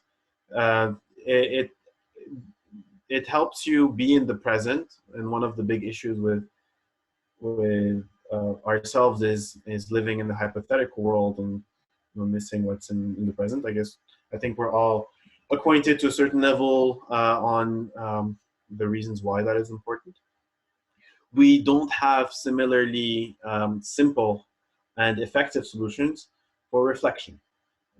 We often go into loops of thinking without realizing, and it's not just for our personal development, it's in all manners of thinking.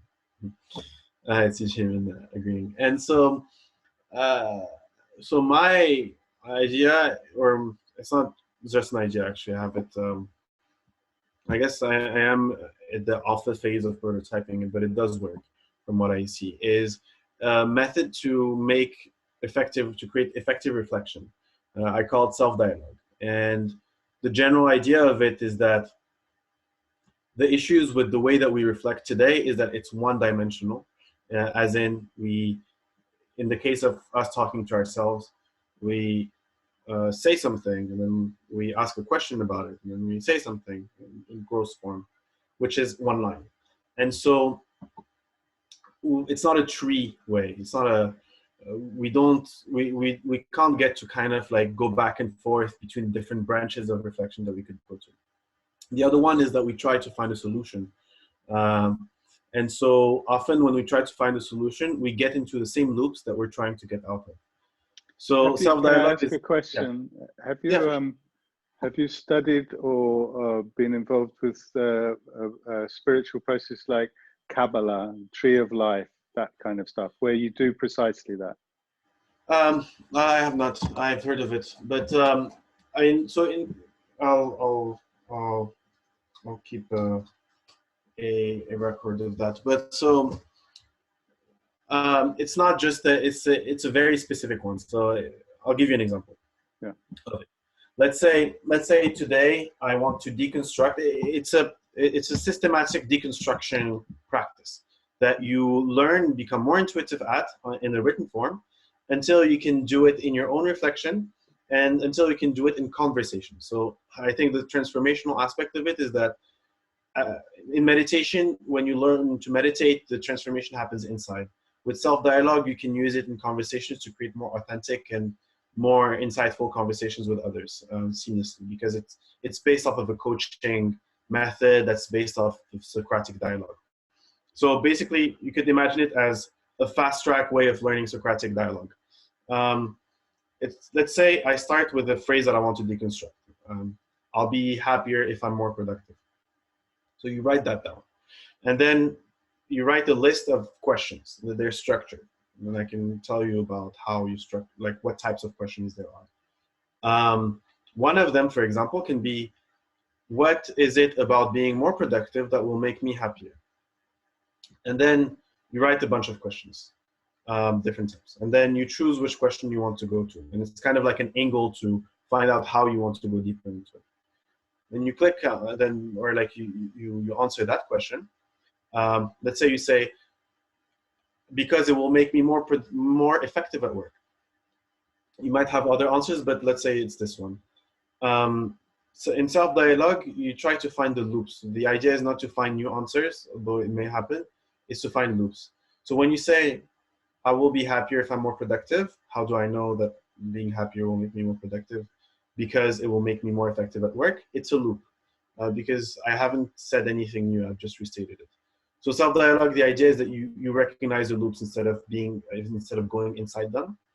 And then you can recognize them within you so that you don't go into them. You can address them more effectively because you can kind of reframe your thinking around it using different, I guess, methods, partly from cognitive behavioral therapy and other stuff. And you can use the same questions in conversations so that my theory is that you create insights. You can more systematically have insightful conversations using this method. At least in my personal experience, that's what's been the case. So yeah. So that's my what question would be, how do we work together on that? How do we partner up on it? Well, for that, I could teach you the method, and then. No, I don't mean that. I mean business-wise. Oh, business-wise, I would. So I guess the question that I will answer is how do I think I will make money with it? How do we partner up? Because I've got something to offer. How would we, with my company, so how would we partner up? I would listen to your company's needs and I would imagine make workshops for. No. I can help you with your structure. I can add things to it and build some software. I've got work for a number of years in that area.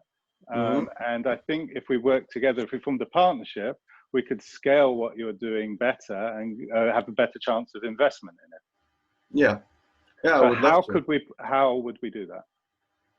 I guess we would have about it. I guess we would need to have a longer conversation about it. My goal for it is to have the process be taught automatically. And so, yeah, for now, the first step, I'm prototyping the method.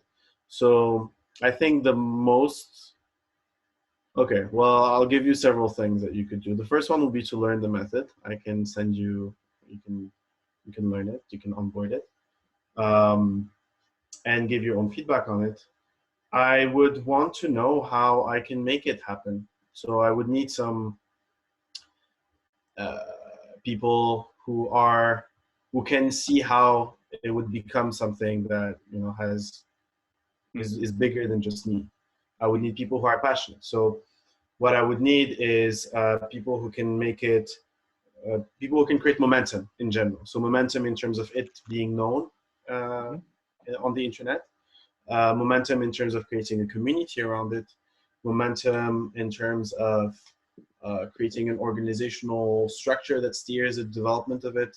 I would need technical support. I am an engineer by training, but I am not a software engineer. And so for the data part of it, that I would need some expertise in that. Talking about the legal structure of it, I want it to be open. All of this that I'm doing is in service of it becoming a practice that exists in society. So what is the business model to fund and develop it?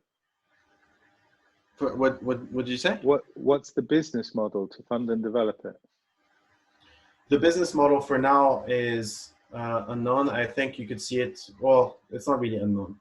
I see it as a consulting business. So imagine a consulting business, kind of like IDEO. I would say the closest thing that I would imagine right now is IDEO. And as it grows, it becomes more focused on, it can actually become a tech company with more, with a more like service, a B2C service. But right now I would see it as a B2B service.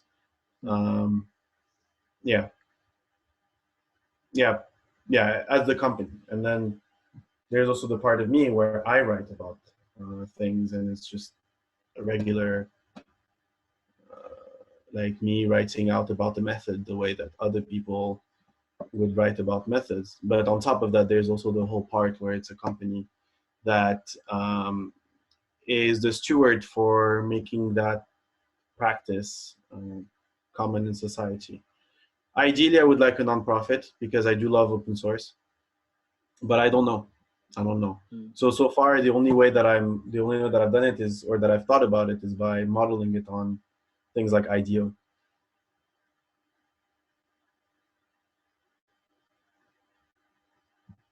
Yeah, so I'm partly just because so like for me, an alternative way I think about, I'm just it's not exactly making it up, but just running with it, is if you have an alternative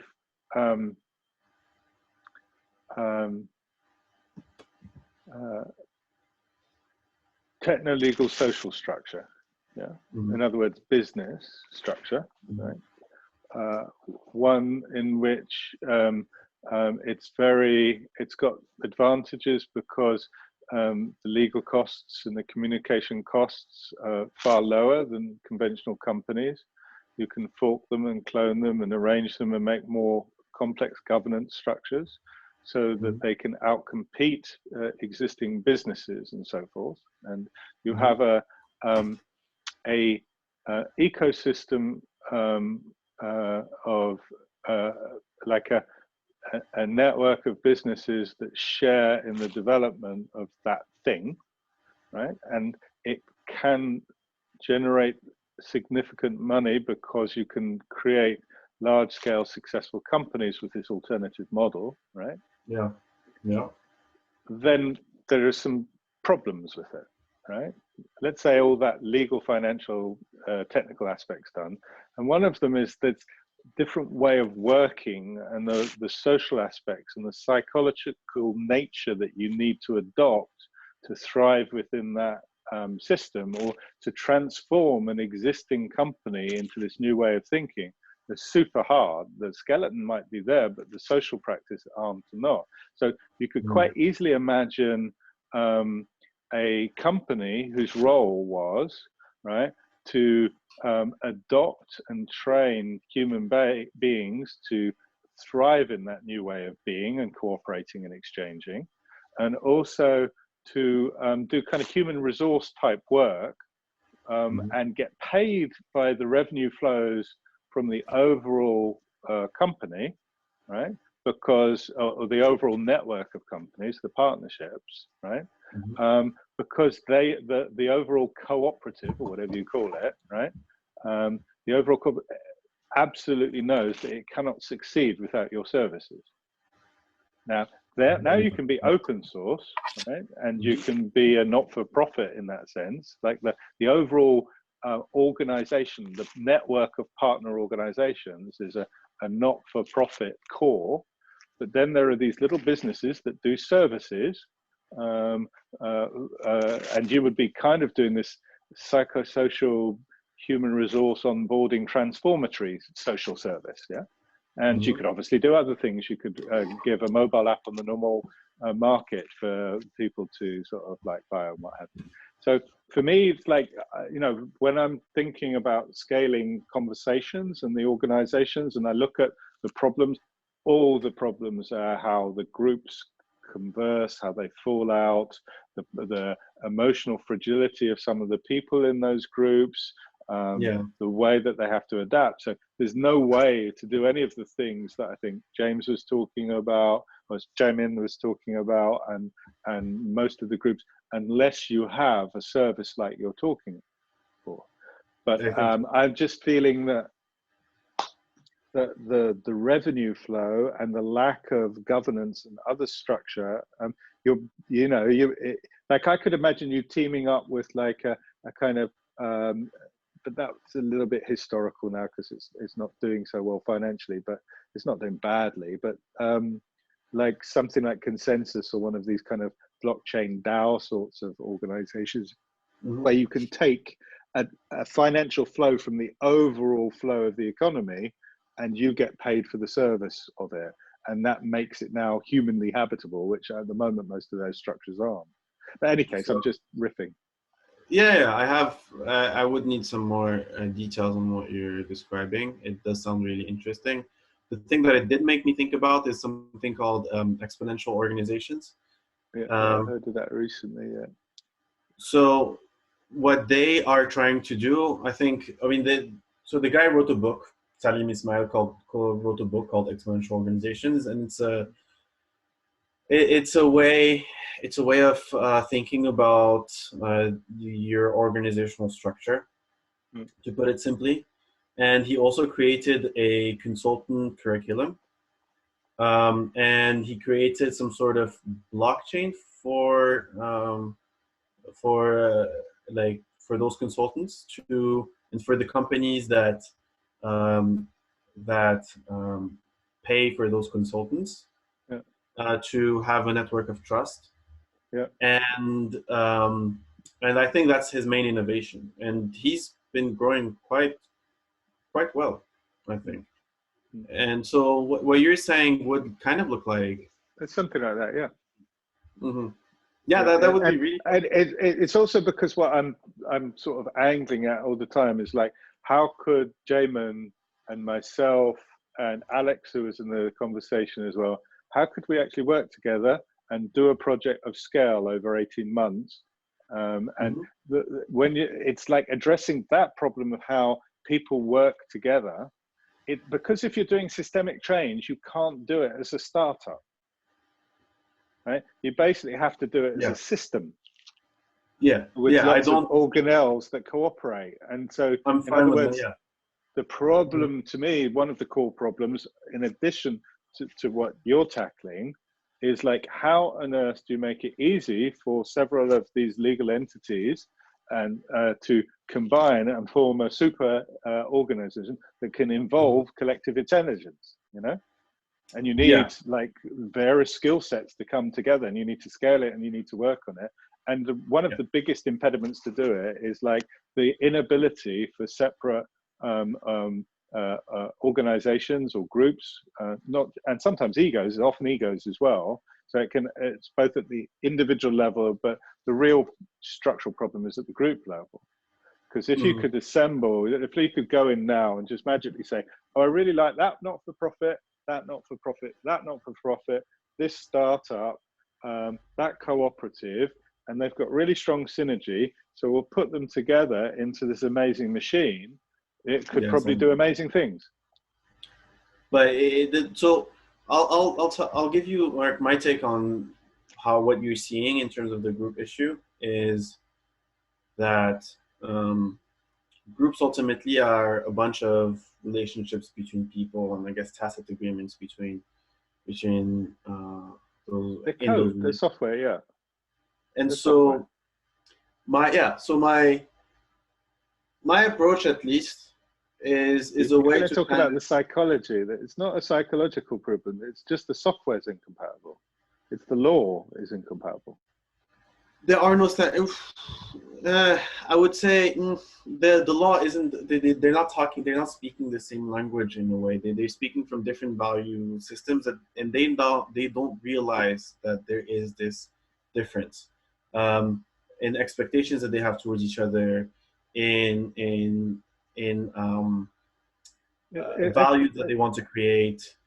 I almost think, yeah, okay. Any case, maybe you're right. Maybe we should let other people speak as well, because I'm going off on one too much. I do think we should do this conversation. Like, I have your email, and so we can talk, can geek out about this for her, as long as you want. You know. I'll tell one last short story about law stuff. When I was like, what would I have been, 26 or something like that?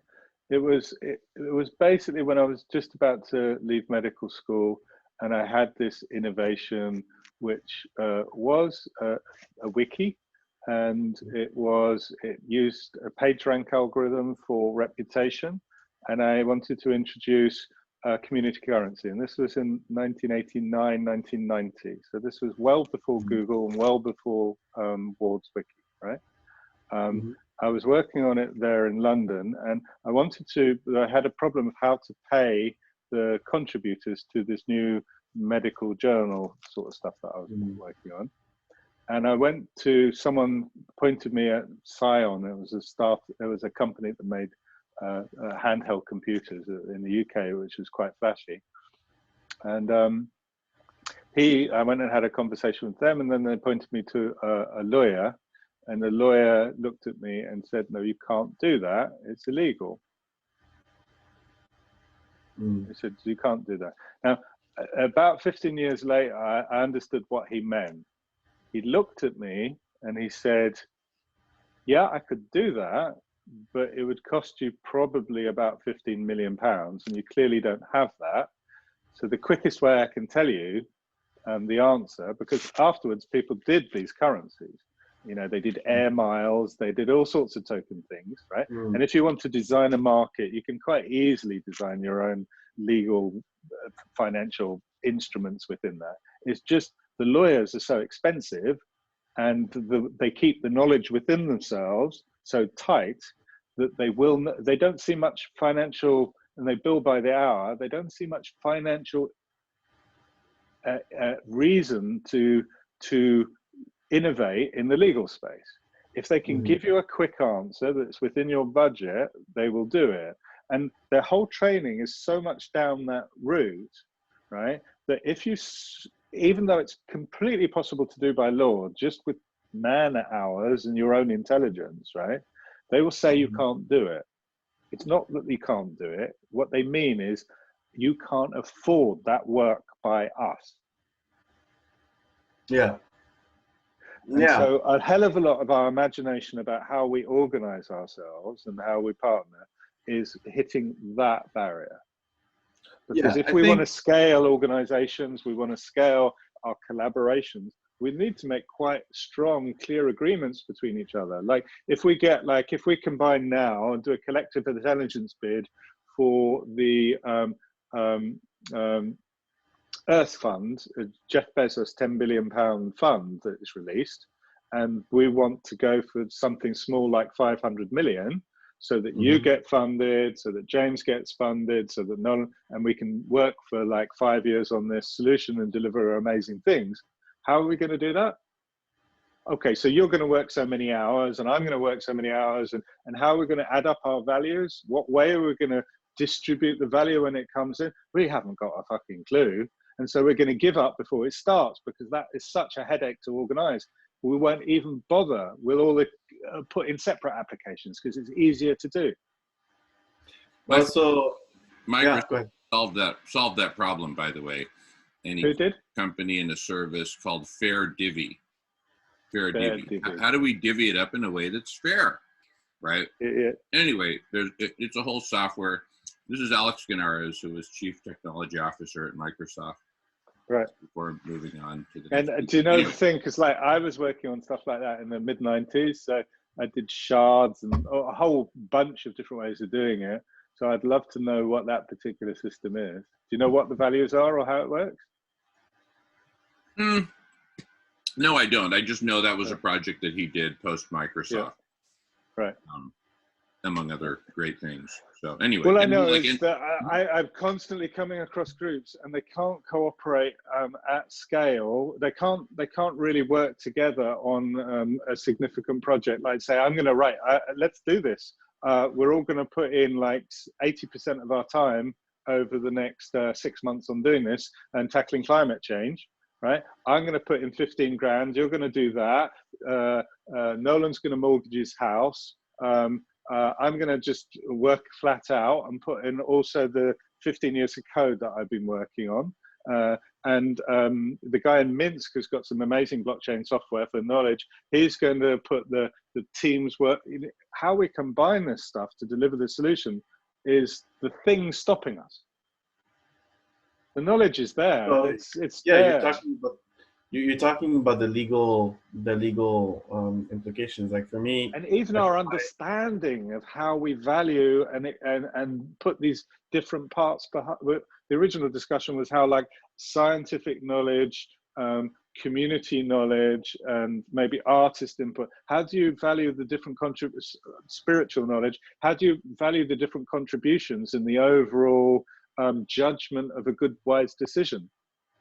You know, this is what we're missing, is this architecture in the middle where we go, yeah, I get it, we'll do it, no problem, off we go. Because we're familiar with the history, it's been run many times before, it's robust, it's safe, and we've got a choice of 15 different ways of doing it. And you say, okay, let's use the fair divvy way of doing it. And like Nolan says, no, we'll use the celestial way of doing it. And I say, no, I want the practical way. And then we show the little videos of it, we review them. 20 organizations have done all these cooperative ones before. Some say this one was good, but it was a little bit kind of low in energy. It was demotivating. And another group says, well, we tried this one and it was great, but there was quite a lot of internal conflict.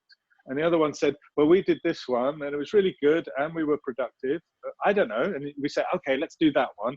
And then we run and now we're kind of smooth. And within that, we've got the space to do our meditation, onboard people when they have emotional difficulties. There's a way of funding time for that person to have these processes which can support them so that they don't drop out and they don't burn out, you know.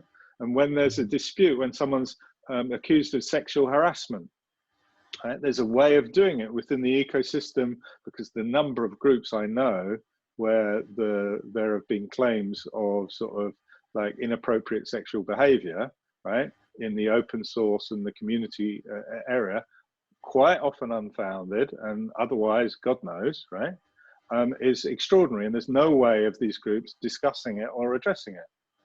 Michelle Bowens, for instance, was accused of paedophilia, right? I had a discussion about it. It was a community thing that went on for about 4 or 5 years, right? And it was just some guy who had mental health problems and spread rumors, right? So you've got these kind of things going on all the time, which in community structural things are just not addressed, because everyone's kind of too touchy-feely and sort of like think if we just all work on ourselves, right, we're going to solve these problems. But the amount of intense organizational problems that community and activist groups have is unreal. Mm-hmm. I mean, I can tell, like, the way that what I'm working on, I think can help. Yeah, I'm sure it can. It's just like, I don't think you've got a business plan. I don't. It's the structural elements. Yeah, the structural element also, I think it comes through the involvement with other people. So as this becomes less my own work with my own ideas and more of a structural movement, then yeah, I will have to think about it. And I guess, you know, the more quickly I involve other people in this process, the more quickly I can get on the fun of devising structural systems for it. So I'm all in for talking seriously about how to devise the structural systems that will lead this to becoming a. Well, I can see why you were brought to this this meeting as well, because from my point of view, I'd love to do an emotional pattern language. Yeah, yeah. Yeah, it is in a way an emotional pattern language, but with the practice. Yeah, with the practice and software and the whole thing. So the name of the group that I started for this, and it's really just a domain name, was I was tired of all these pattern language communities which can't bloody work together, and the field is completely stagnant because of that. There's a book here, fabulous book here, Christopher Alexander's book, that has been ossified since the 1960s because of copyright royalty publishing issues, right? And so on and so forth, right? So I thought, let's, and I've got some friends, they wanted to do the Pattern Language Foundation and what have you, and I just said, I can't wait for this anymore, it's important work, okay. Let's start a social process, called it Pattern Club, where groups come together in small groups, and you have a method to quickly, collectively create patterns. And they can be patterns on community governance, they can be patterns on, I would like conversational patterns in particular, that's a priority for me. But the one that I wanted to do for many, many years is emotional pattern language. So I have the emotional wiki and the emotional dictionary as projects where you can collectively write down and evolve and pass down the knowledge from multiple cultural perspectives of emotional intelligence. And maybe is way less useful as structured as what you're doing. So when we take it to the understanding we got now of patterns and pattern language and systems and processes, and getting the data, as you say, and evolving them. But I would just like to see a general process for coming up, because each one of these patterns I see as like social medicine. You should be able to drop it on a book. You go and look at a group and you say, you can diagnose them. You kind of got that problem. Okay, do you want the red pill, the green pill? You should take this one 4 times a day. What do you want? And we should have hundreds of these patterns, thousands of these patterns. Yeah, that's very cognitive. I mean, at least I'm taking an approach that tries to kind of short circuit the cognitive. Why is it cognitive? Pattern is something like language? meditate. No, it's a practice. It's a spiritual practice. If you look at the book, Pattern Language, like, do you know Christopher Alexander's book? I know of the book. I have never read it. Okay, this is what it kind of looks like. It's like totally hippie. It's like got these photographs. It's almost like a deck of cards that you can read in a non-linear way. It's a very poetic story of practice, which is quite spiritual and abstract, about the principles and patterns you find in gardens, courtyards, doors, and so forth, right? It's not like a rigid cognitive thing. It's far more like a psychological art practice. So the pattern language that I have the most understanding of is Wise Democracy pattern language, about the transit meeting Tom Atley a few months ago. And it's not really a pattern language, but yeah, it's kind of, it's not, but yes. So I'm gonna get the pattern language book. So it's pretty cheap. So the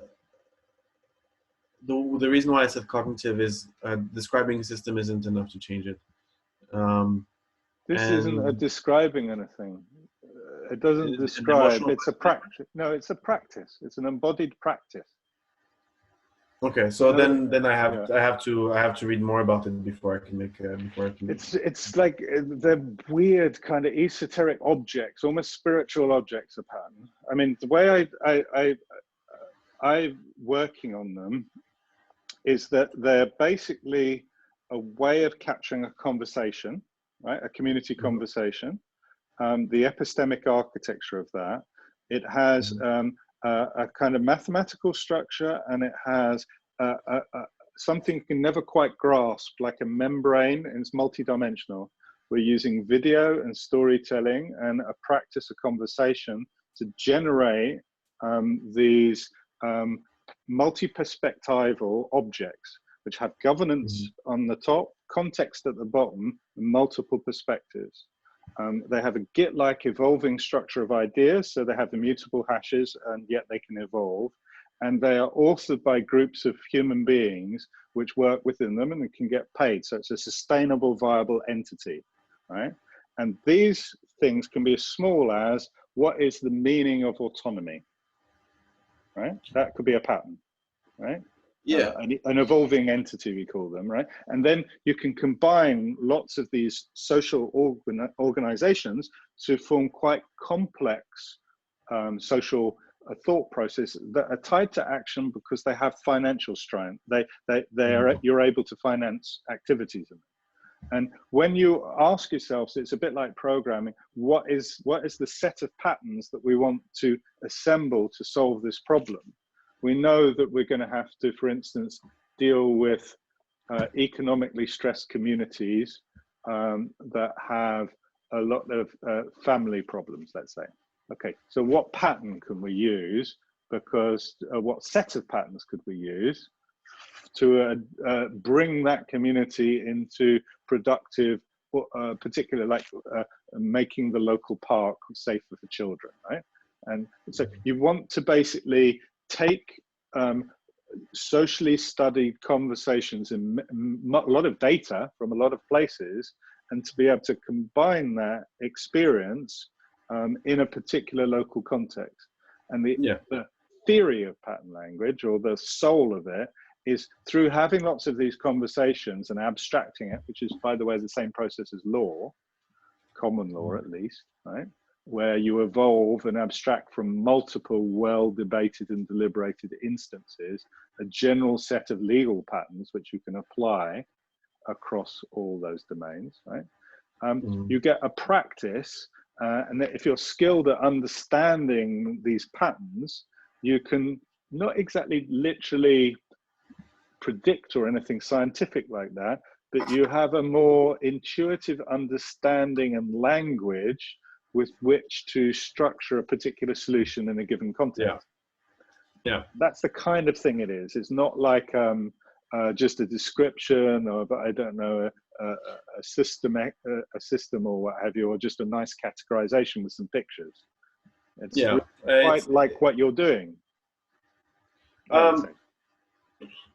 Yeah, and in a certain way, I can see how it is, because you do take certain things that you talk about and you reframe them in a way where you stop talking about the behaviors and you talk about the underlying structure of mind. That it's almost like, to me, what you're taking is an insight into the limitations of existing coaching and cognitive psychological practice, if you like, and community social practice as well, in a sense. And you're spotted at least one important pattern that you could address, maybe a cluster of them, and you're building a kind of machine to scale and provide an accessible solution to lots of people in a pragmatic way, or something like that. Feels something like that. I don't know if that's in my language. Yeah, but it seems quite machine-like. It's like an algorithm. You do this. You can branch. You can go down. This is much more like patterns are much more like poetry. Practice, a spiritual practice. Yeah. So, I mean, this thing starts as I'll give you one type of question that is less. So there's 4 types of questions that you can ask, at least in the current version of this. But the last one, or in the most, I guess, elusive one, is a shadow, and it's what's implied by what you're saying, as opposed to the other templates or the other types of questions. The shadow isn't a template. Like, it's the shadow version, the shadow question to "I'll be happier if I'm more productive" is, what is it about my current lack of productivity that makes me unhappy? And so when someone says, "I want to make more space for myself," the shadow is, what is it about how do I feel currently shackled or restrained or jailed? If I want to make more space, that means I don't feel that I have enough space currently. And so it can veer into the poetic quickly. But it's a way, I think, at least I like to see it as a way to short circuit the cognitive, our ways of thinking, that we can solve everything just by thinking about them. Actually, by thinking about our thinking. So it's still thinking. And yeah, I do see it as a pattern language in the way that you're describing it, because it does enable conversations. Yeah. So when you have 2 people talking to each other, and then they talk with an awareness of how they could be talking about it, and then they're like, "Oh, is this a loop?" I mean, loop is is a big term, a pattern. It's like the pattern. And then they're like, "How is it a loop?" The embodied feeling of knowing that something is a loop is like having something on the tip of your tongue, but your whole body is feeling it, and it's kind of special. But anyway, so I guess we're at the beginning of this conversation. I'll send you an email so that you have my information, and we can keep on talking. Oh wow, it's late. It's very late. Yeah. I didn't realize. Yeah, it's been great. It's been great. Yeah. So I think, I'll send you the email with the notes from my stuff, and also I guess a separate email to talk more specifically about. Okay. It's a pleasure talking to you. I got a little bit overexcited. I think it's just post end of festival kind of overexcitement. So please forgive my slight lack of respect for giving you all the space that I think you deserve. But it's been great. All right. You're talking to me. Okay, thank Talking you. to all of you. Yeah. Okay. Goodbye. I'll sign off now because it's like, I don't know what time it is where you are, but it's nearly midnight. Yeah. Ciao. I'll be hanging out a bit more, and great to see you, David. See you. I hope to see you again, and we can have a proper chat because I Likewise. would love to team up. Look forward to it. Ciao.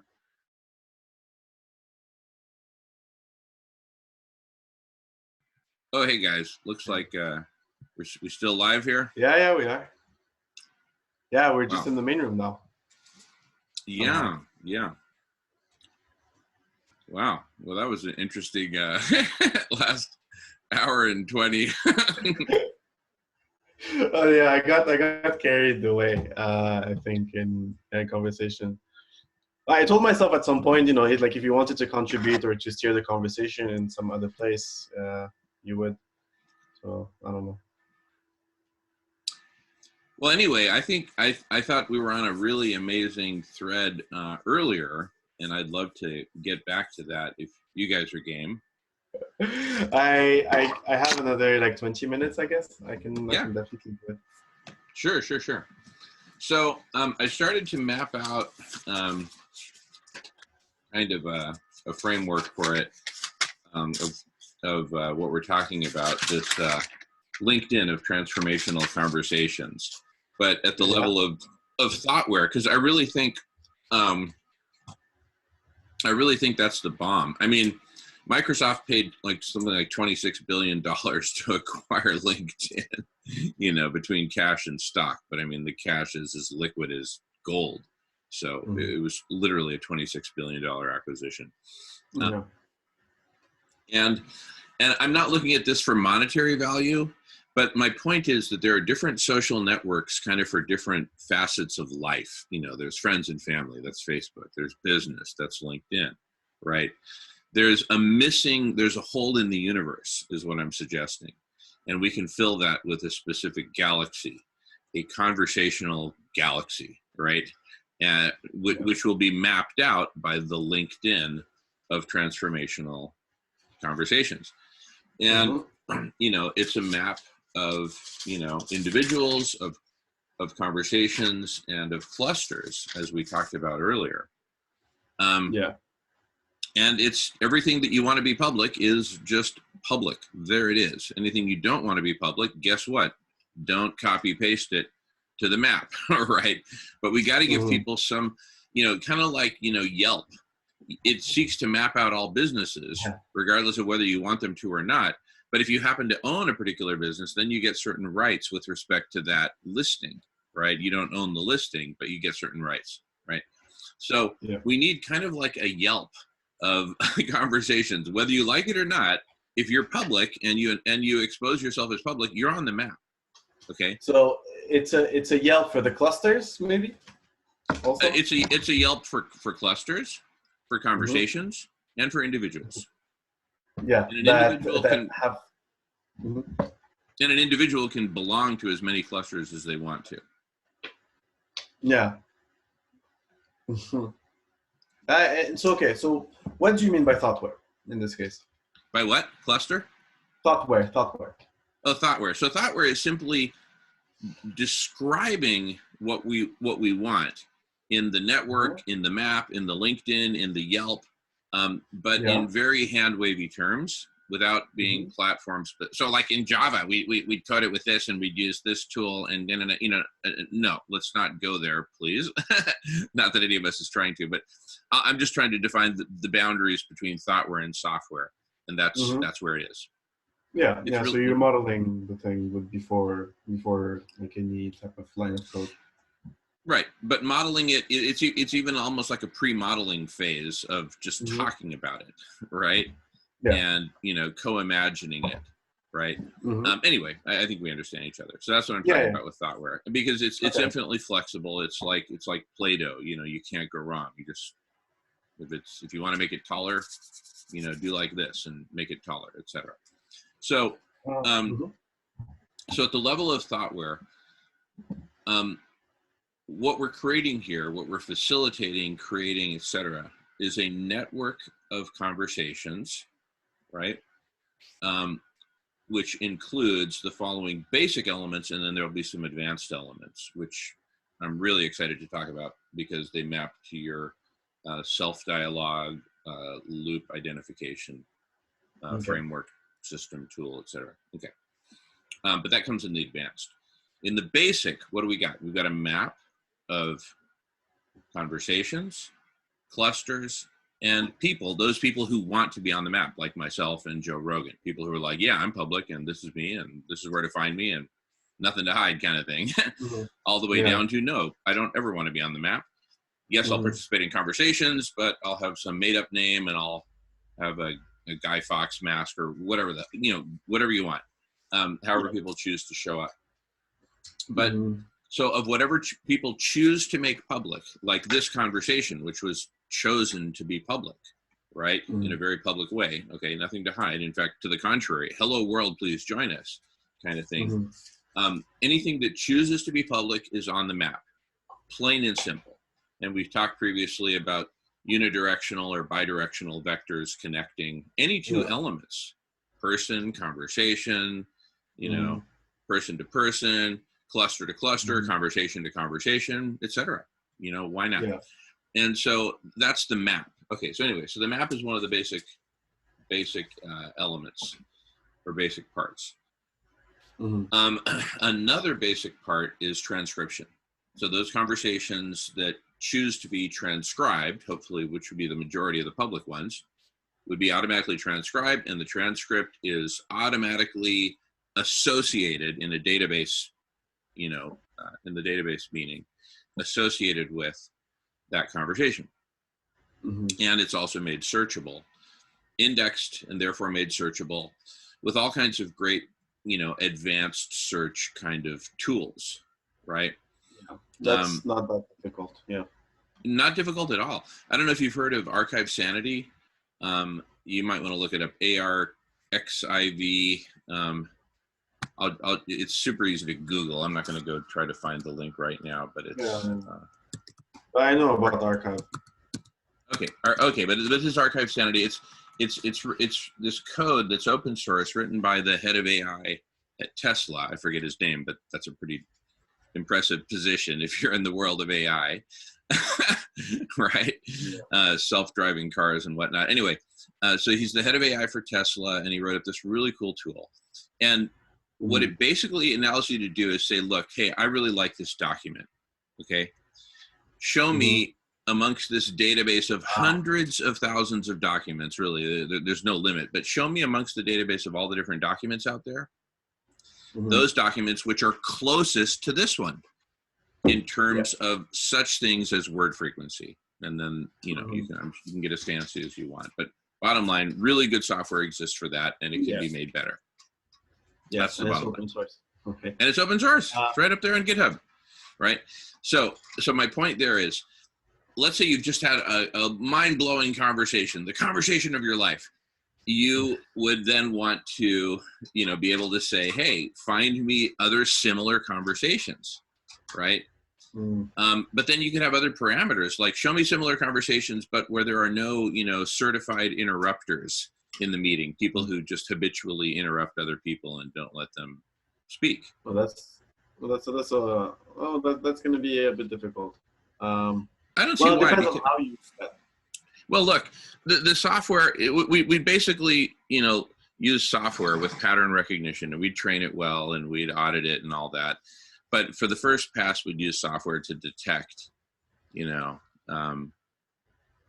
did someone just get interrupted, right?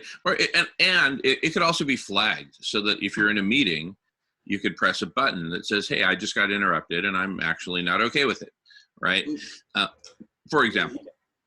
I would say, I guess that one way in which you could solve that specifically would be with, or like in a conversation. Like, I'm of the opinion that it's more useful if we have. So there's a research in MIT from a guy named Sandy Pentland. I don't know if you know him. But I mean, I don't like the guy, but it's recorded. But I think, well, okay, I'm gonna keep that to myself. But by the way, I'm gonna pause recording. Yeah, no, it's fine. I mean, I was kidding. Okay, Yeah. recording again. So I studied civil and environmental engineering undergrad, Cool. and then went to MIT to the Parsons Laboratory there at one of the far corners of campus, which is all about water, right? Cool. Within civil and environmental engineering. And so I was studying hydroclimatology, a nascent field. How do we kind of master the interactions between hydrology, water on the surface of the earth, be it rivers, dams, agriculture, the mass transport of water from one region to another, like from Northern California to Southern California, through the massive aqueduct system. So how do these planetary scale manipulations of hydrology affect climate and vice versa, right? What are the interactions between hydrology and climate? Anyway, so that was like in the early 90s that I was working on this stuff. And then later shifted gears to artificial intelligence, went back to the West Coast, back to Berkeley, ultimately ended up at UC San Diego, working with a really cool program there, and working with two doctors by the last name of Fogel, father and son, of the company Natural Selection Incorporated, which at that time in the mid 90s was ranked among the top 5 places in the country to do artificial intelligence research, right up there with MIT, Cornell, University of Illinois, etc. And there we were, this little technology company, consultancy really, in La Jolla, California, just, right outside UC San Diego. But anyway,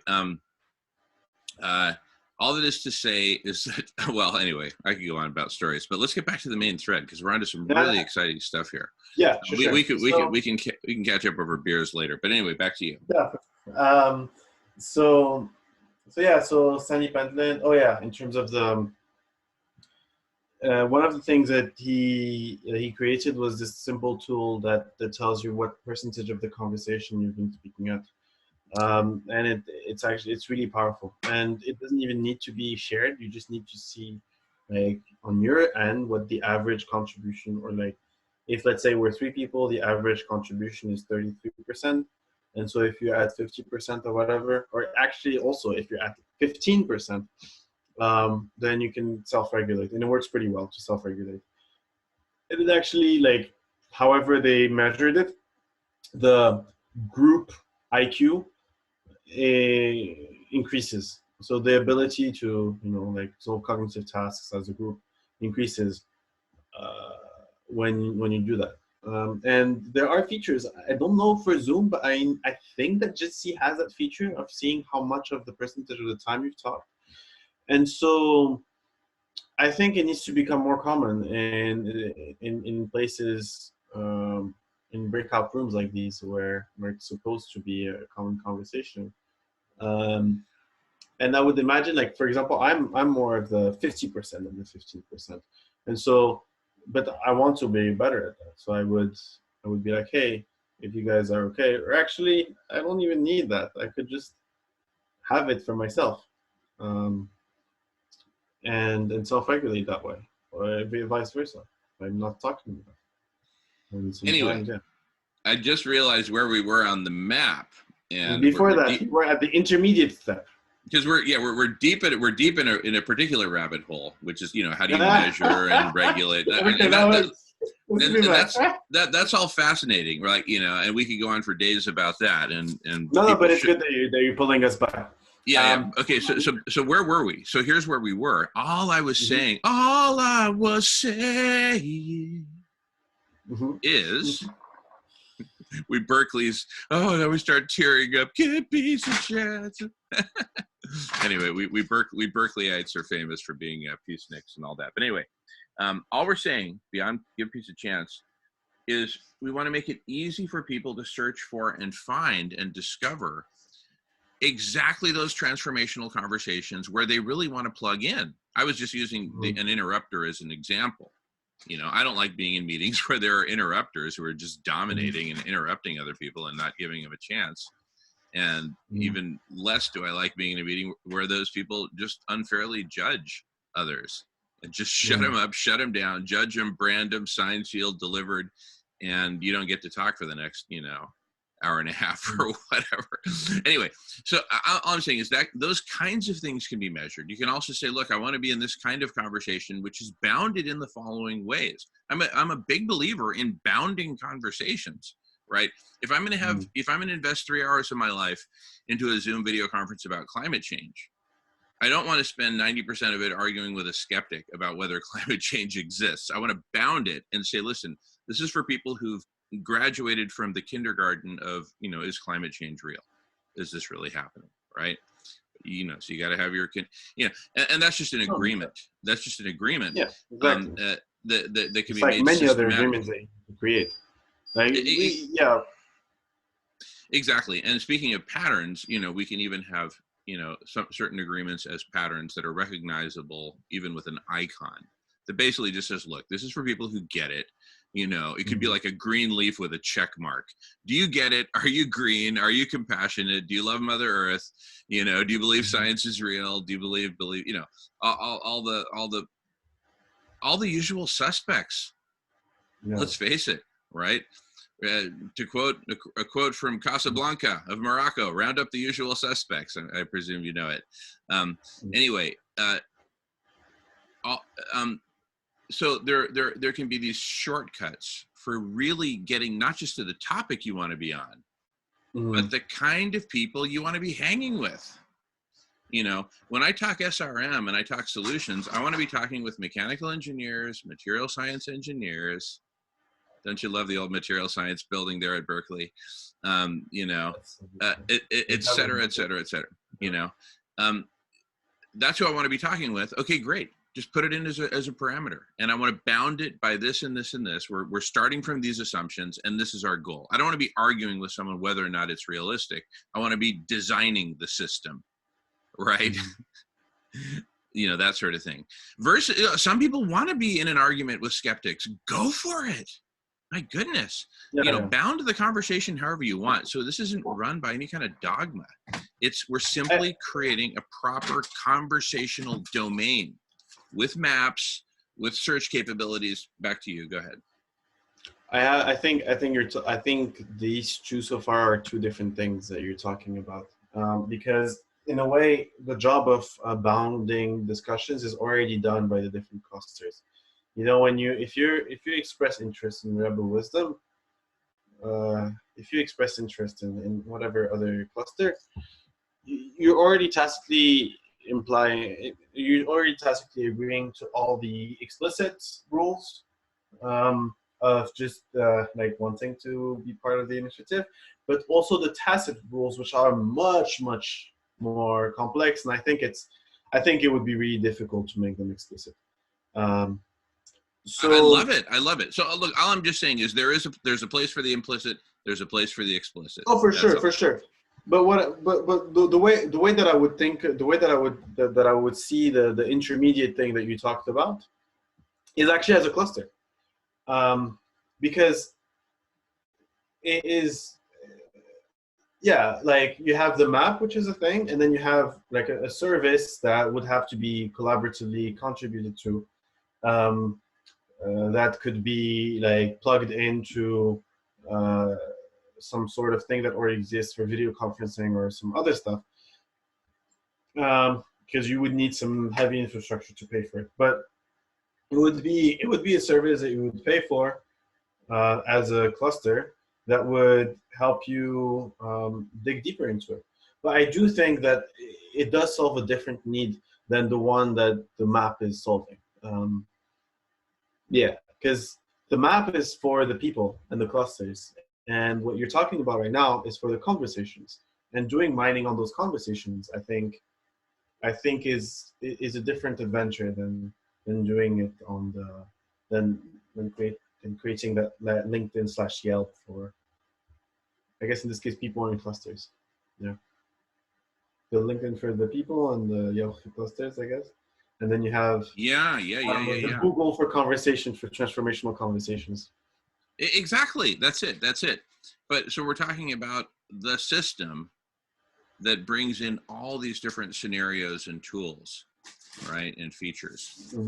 That's what we're talking about. It's. Yeah. I mean, we're stating the obvious, but it needed to be stated so that we know what we're talking about, right? Yeah. Well, it's not. Sorry, it's not stating the obvious. It's stating what is kind stating of like the emergent. yeah, that's it. We're stating the emergent. That's it. I love it. We're stating the emergent. Love it.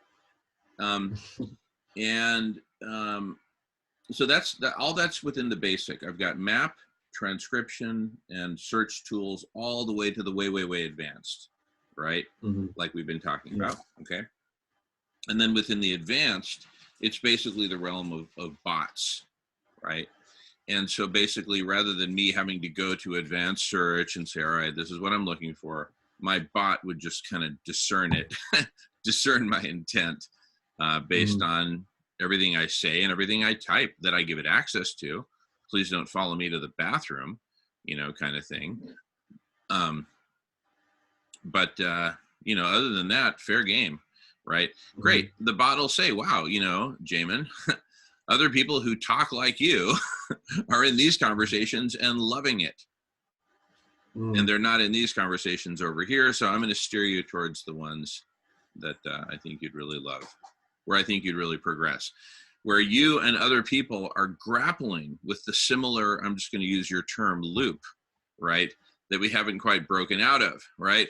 Why is climate change happening? It's because the damn capitalists. Well, why is climate change? Well, it's because of the damn capital. And we can't stop capitalism because they're, and then we just end up, punching each other out at the bar or something, right? In violent agreement, right? But nothing is transformed. And perhaps even bots could specialize in linking together broken loops in this conversation with broken open loops in another. Hey, if you two just got together, I think it could be really illuminating. You might not necessarily agree outside the box, but it'd be an interesting conversation. Give it a try, and then bots could learn. What happens when you mix water and nitroglycerin? Oh wow, shoot, things explode. Well, that's good to know, right? I think. I definitely see that could happen, or that would be possible. Though the natural language processing challenge is one that still needs to be ascertained. The thing that I will give you also is, by virtue of connecting people together, you might also achieve a lot of this getting out of loops, because if you connect people together who have just slightly like the right mix of novelty and familiarity, you're good in terms of creating insight, because they can talk at the same level, right, with the same types of foundations, and they can also benefit from each other. So I do think actually that the map is sufficient for the purposes of enabling those insights. The bots may be useful for like the cool part about like doing wide scale data mining and all of that, and it can create more insights. But yeah, just connecting people together, I think, is sufficient for this type of insight. Let me see. Yeah. But also you can consider which clusters are really far away on the map. And, True. And literally you might have to go through 14 connections, 14 very random connections to get from one cluster to another. I mean, like, these clusters are really non-overlapping is the message that there. That happens rarely in Look, okay, I know 14 is like exponentially rare, but my point is, I sometimes exaggerate to make the point, and I think you guys get my point, which is that certain clusters are far away, and they're far away relative to certain dimensions. They might be close relative to other dimensions, right? Like two religious groups that hate each other, they might be in total agreement in that dogma is the way to go, as opposed to science or something like that. They just happen to disagree on the dogma, right? But they agree that dogma is the way to go. right? I'm just giving just a random example, right? So, but we can. The point is that we can systematically measure, right, relative to an agreed upon set of dimensions, how close, how proximate, how close, or how far away, systematically a given cluster is from another cluster. That's all, right? I think, yeah. So one way in which I would see it, I guess, that you could do today. My connection seems to be a bit unstable, but yeah, one way in which you could do it is by looking at the archive sanity thing, because this is like a huge issue with academic. I mean, one huge issue in academic discourse is that the ivory tower within each subfield of a discipline, which is crazy. My God, it's crazy. Like, I was so disappointed in so many ways, but one of them is that my thesis was the first one that used adult development, that I know of, that used adult development experimentally on entrepreneurs, which is so weird, because entrepreneurs are the people who are challenged to grow the most, that I know of, in the economic capitalistic system, on average. And so, yeah, doing that with people would be extremely interesting. Having the activists talk to the compassionate awareness people, to the Taoists, like, at the very first level of interaction would be like, okay, let's look at it from a cluster of clusters. You have all the activists in different areas of activism, and then you have the spirituals on different areas of spiritual. And I'm taking very extreme parts. I would be interested in seeing whether there is some sort of yin-yang, like dichotomy, and whether the activists could feel calmer about their action by talking to the spirituals, and the spirituals could feel calmer or more driven towards action in a calm way by talking to the activists. And to enable those conversations, to have like a now what focused on having people from different sides of the spectrum bring together their wisdom. Yeah, that would be super fun. Totally. And then, you could have simple tools like apps. So think of, like, at the level of it, there'll be an operating system, kind of like a Linux of transformational conversations, right? Mm-hmm. And then that's the OS that kind of holds all the conversations, so to speak. And then you can have specific apps that you could use or not, one of which is, where am I on the map? Boof. Mm-hmm. What are my nearest clusters, right? I'd be, kind of close to Rebel Wisdom, probably even closer to Now What, right? Even closer still to Kiko Lab, and hovering right on top of radish.org, in my case, as an individual, right? Etc. Nolan may be way far away, right? Even though we both collaborate on Radish. Well, that's interesting. And those of us who chose to make our point on the universe, a visible public thing, we can say, well, who are our near neighbors, right?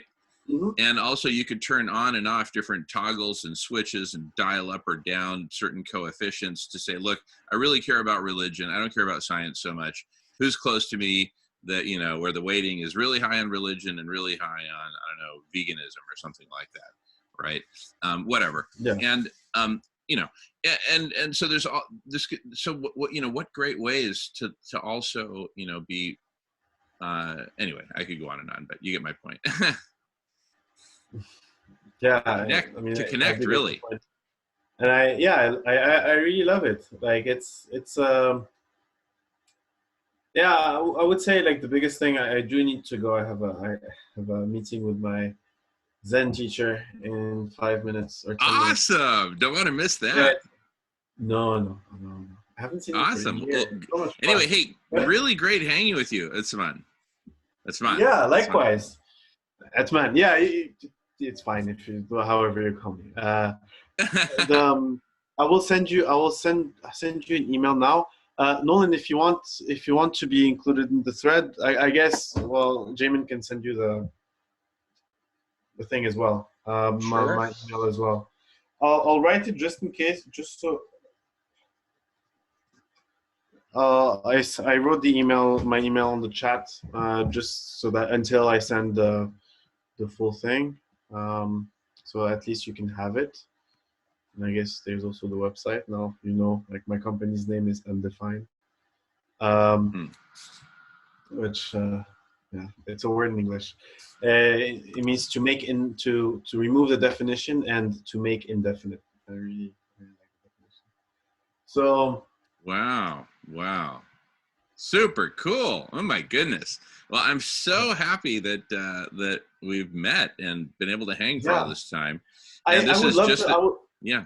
It's just the beginning. Yeah, I would love to keep the conversation going. No, and listen, on Friday, we kick off a 24-hour collective intelligence block party, which I cordially invite you to attend. It's going to be super cool, particularly starting at 9 a.m. Pacific time, Friday morning. But we start at 6 a.m. Pacific time, which is 9 a.m. your time. We go for a full 24 hours. Anyway, it's all up on radish.org. Our other big weekly meeting is Tuesday. Anyway, but that's 32 hours a week that we can connect, literally, that you know where to find us. And it's kind of like open, it's open office hours, 32 hours per week, right? I love the availability. Thank you. That's really It's radical availability. Seriously. Anyway, it's all up on radish.org. We'll let you go to your meeting, and let's to be continued. Yeah, thank you. Heck yeah. Definitely, 100%. I'm really down to keep like exchanging ideas about each one of our stuff, and I would really love to see where your map thing is going. And I love the stellar metaphor. It's so cool. I'm an asteroid and the sun and the galaxy. Okay, good. We'll just take a quick glance at this map of topics, right? Regarding solving the world's most urgent acute problems as well as our chronic problems, looking at root causes. It's by layers and mega solutions. There in Cambridge at Harvard is one of our main colleagues for solar radiation management, Dr. Yatao at Harvard. You definitely got to connect with him, and you will if you hang with us. Yeah. Then meta solution, which is collective superintelligence, the goose that lays the golden eggs of these mega solutions. We need a really smart goose to lay these solutions. That's collective superintelligence. Anyway, this is just kind of the beginning of a map. And it's a starting point. It doesn't claim to be exhaustive or anything like that. But anyway, that's like a topic map in the realm of global transformation.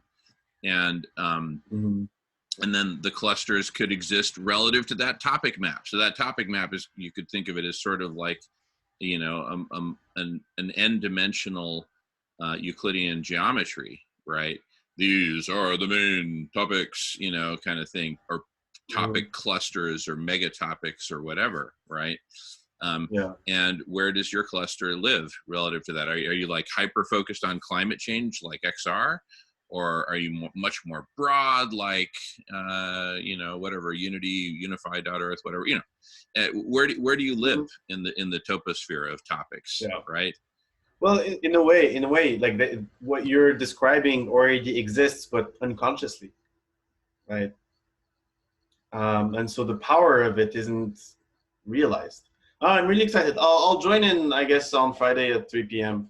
or in my time, or no, 9 a.m., 12. I might not be available, but you told me that it's radical availability, so I'll chime in.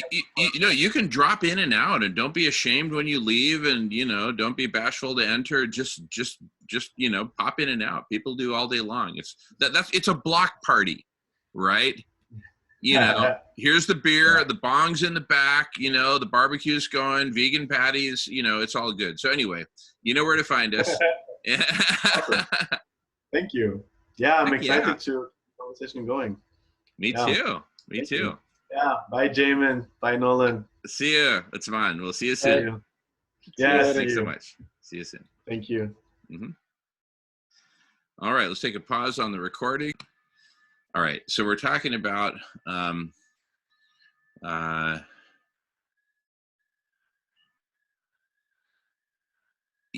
you know, like take like the internet itself. You know, there was a time when there was no internet, and then basically a bunch of protocols and standards got created over time, and I presume a pretty chaotic fashion. And the internet just sort of evolved, right? And now what we're talking about is, imagine that we're creating, think of it this way, think of it as a conversational internet inside the internet, or built on top of the internet. Which really ends up being the heart of it at the end of it all. Yeah, exactly. A It's just conversation. the hardware. We weren't really there in terms of hardware and software before now. Like maintaining a bunch of live streams from all over the world, right? Like the actual capacity to do video conferencing on a massive scale. I mean, it sounds kind of simple, but it's not. Like that actually takes, I guess all I'm trying to say is if you look at it, you could look at it from,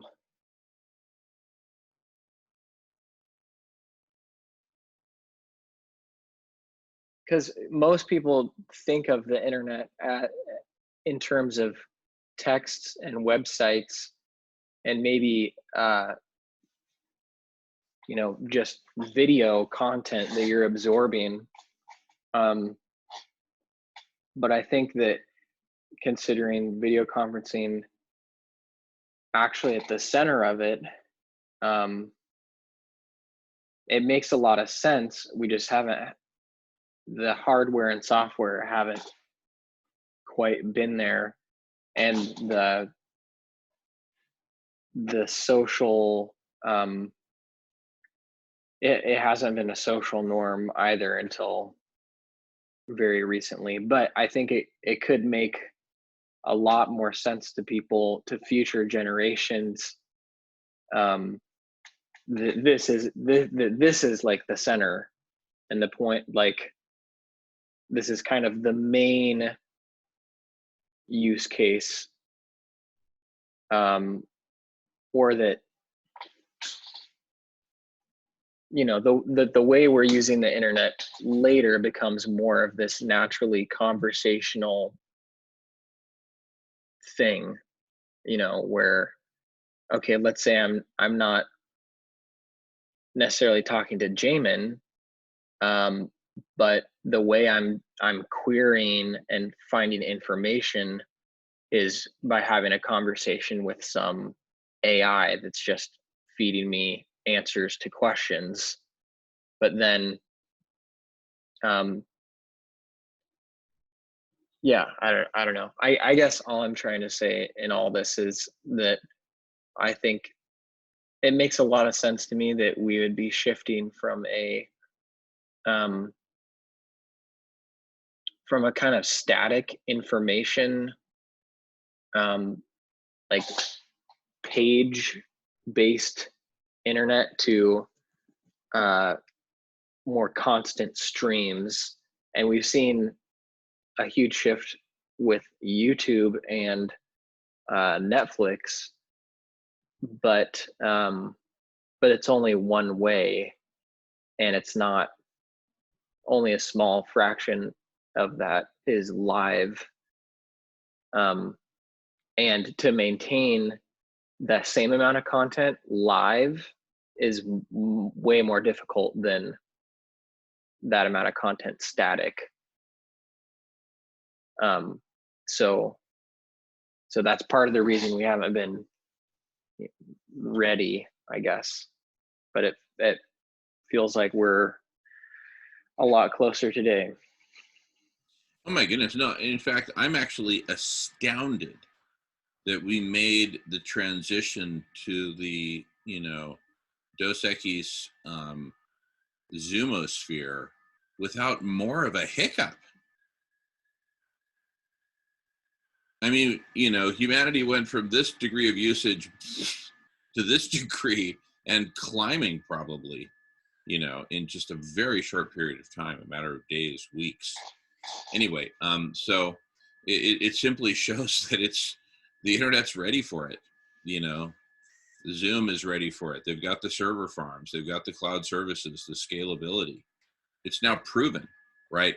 All that's missing is the thinnest layer of basically metadata, right? Basically text. Here's Rebel Wisdom. It's a cluster. That's part of what makes me think that this could just be put up on a blockchain, right? Because it's so little data, right? Hyperlinks to YouTube videos. Well, transcripts of conversations, those would have to exist somewhere.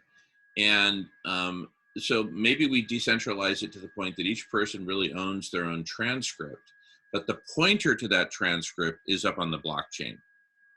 Here's where to find that transcript. Boom, it's just a pointer, a hyperlink, right?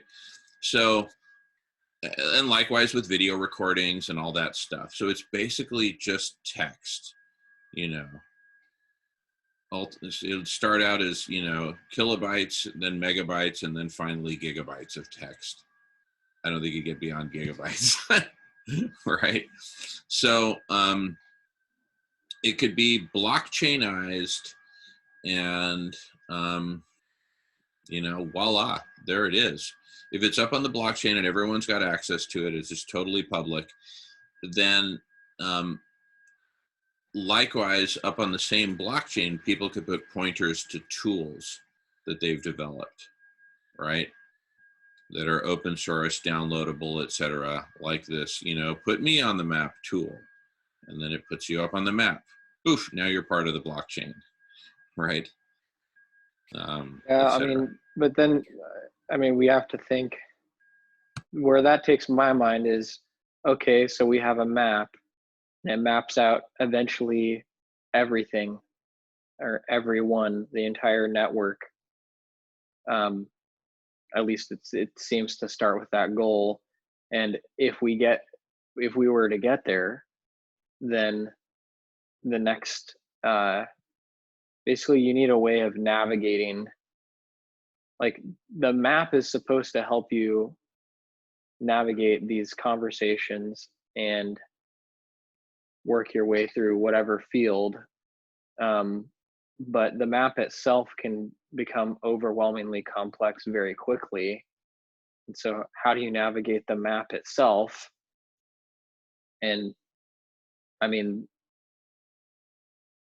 like search is search is an answer. And I don't know. So when my mind goes down that way, that's what takes me back to all of the services we already have that are mapping things out like they are. It might not be a very easily. Maybe that the whole thing could be navigated more easily somehow. I think I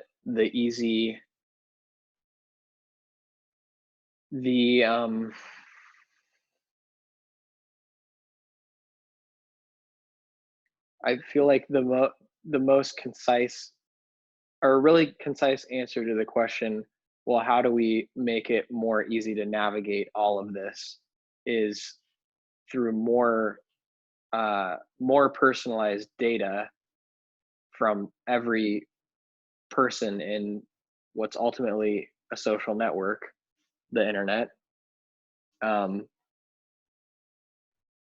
so that recommendations in search can be more tailored to you. But I don't know, as I'm saying all of this, I don't see the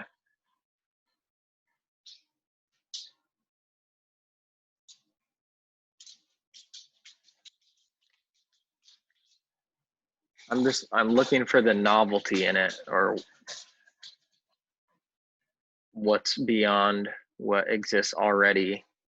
Appreciating what exists already and using it to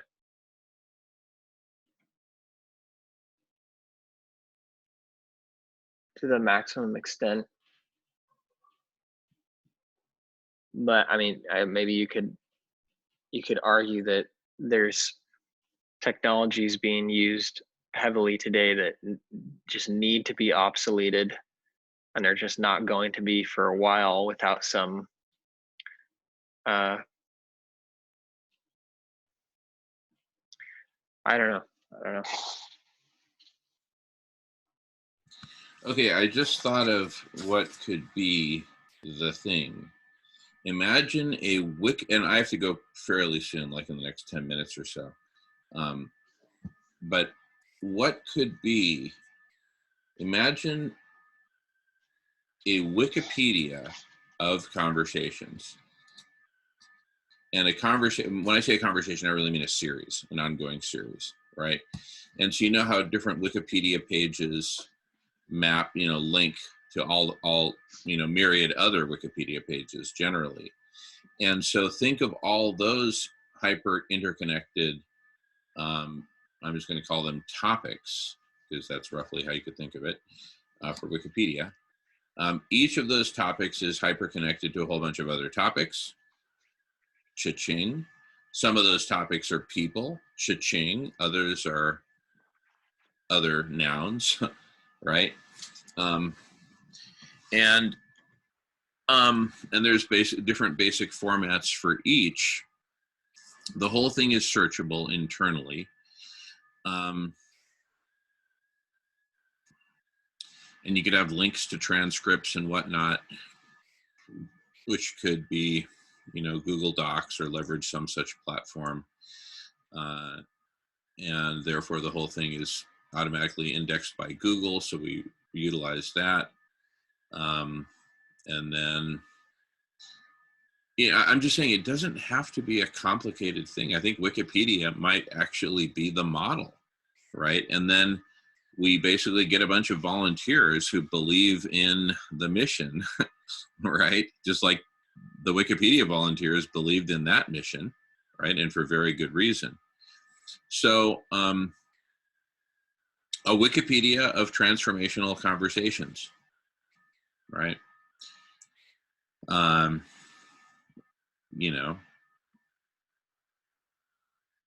Which can be cast as a map, right?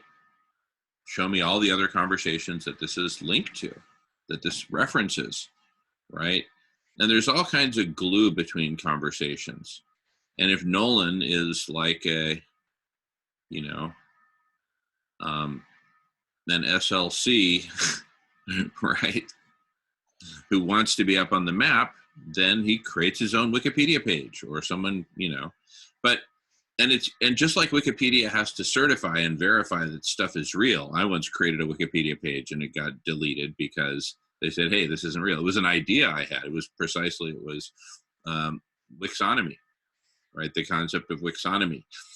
Now, in this case, in order to be real, you simply have to point to a real YouTube video or a real, conversation, video and transcript, right? And if relevant, a Reddit thread that, that parallels the series of conversations. Anyway, it feels to me like we're getting really close in terms of the thoughtware that we need. It feels like we're getting a lot closer, right, to the thoughtware that will really define this. Part of that is the number of metaphors are just popping right now, right? A Yelp, right? A LinkedIn, a Wikipedia.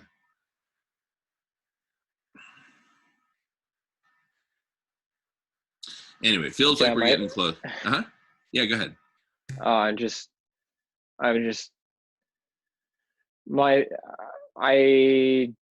My thing is, if we're saying we want it to be the this of this and the this of this.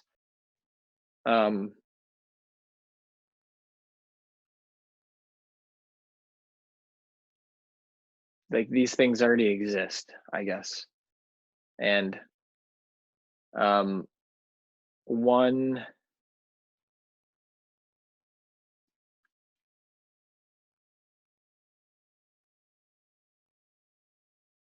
I'm having a hard time seeing a like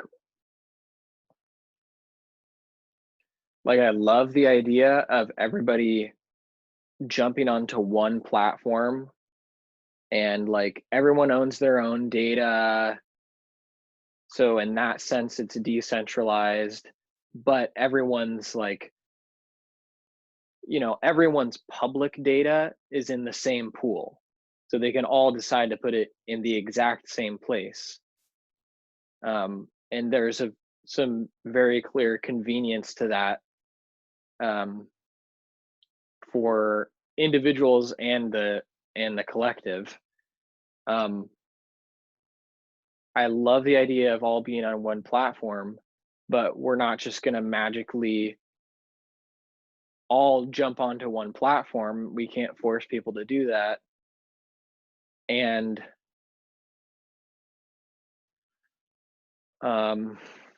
it gets me wondering just how much of the like competitiveness of these different platforms that just how much of that is actually completely necessary and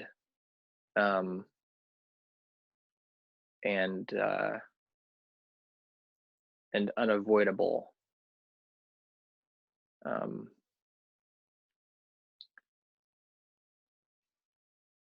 Yeah, I don't know. I think it's totally avoidable by going upstream of the problem. What do I mean by that? What precedes software? Thoughtware, right? And how did we create cooperation in the realm of software? Open source software. So take it upstream, apply the same trick. What we're basically doing is open source thoughtware right now. And one way that I think that we can crack the code on this is to create essentially a Wikipedia of open source thoughtware conversations in the realm of collective intelligence, spanning the platform, the culture, the vision, the strategy, the open source aspects of it, the blockchain aspects of it, right? Et cetera, et cetera, et cetera. And just create it as a wiki, as a map. Put it up there, right? Make it really easy to navigate, just like Wikipedia. Search for stuff, whatever, or we start out with, you know, that kind of map of topics like I showed a little bit ago. And, you know, and then, and basically curate the conversations that are up on that wiki, right? Curate it as we discover conversations that are vital to the space, right? With the faith that by applying enough concentration and focus and bringing this community together, even though it doesn't even know it's a community, we bring it together, right? And we put it up. I don't see it that way. I see us entering a space that we're not very familiar with, that other people are more familiar with. Actually, I see, like, when I'm listening to David, for example, I get the impression that he knows at least like and it makes a lot of sense for me, but it feels like he knows the space just like way better, and like he's I don't know. And the problem with bringing, I mean, there's so many facets to this. Like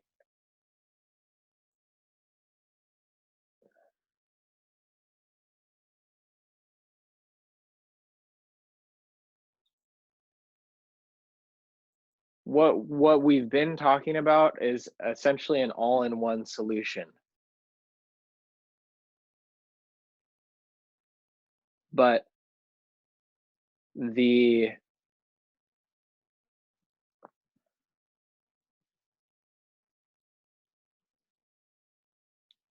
something in my experience is screaming out to me that that all-in-one solution is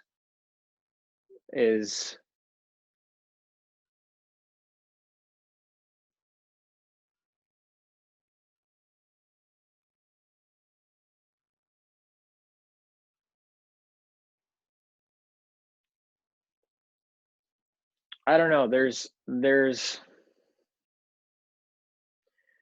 all these different companies working on specific facets of what we've talked about putting together. And we've talked about integrating all these different things, but even to do one of those things right, people are struggling to do that.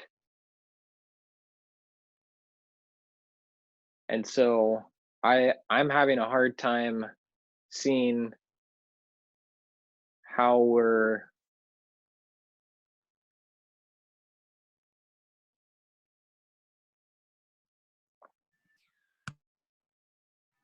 How we're going to add any value in this scenario. I totally get it.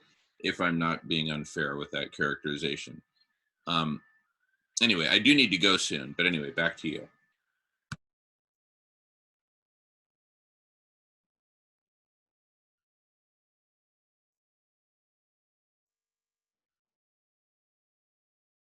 Yeah, I mean, that's it. I mean, just learning about what other projects are going on in this uh well, because the way our conversations go, they end up being so um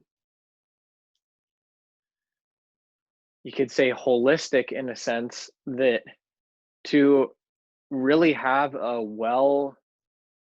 to, to really have a good conversation about what we've been talking about, I'm getting the feeling more and more that we, at least I feel like I need to know a lot more about all of these different fields that need to be integrated in order to achieve what we've been talking about.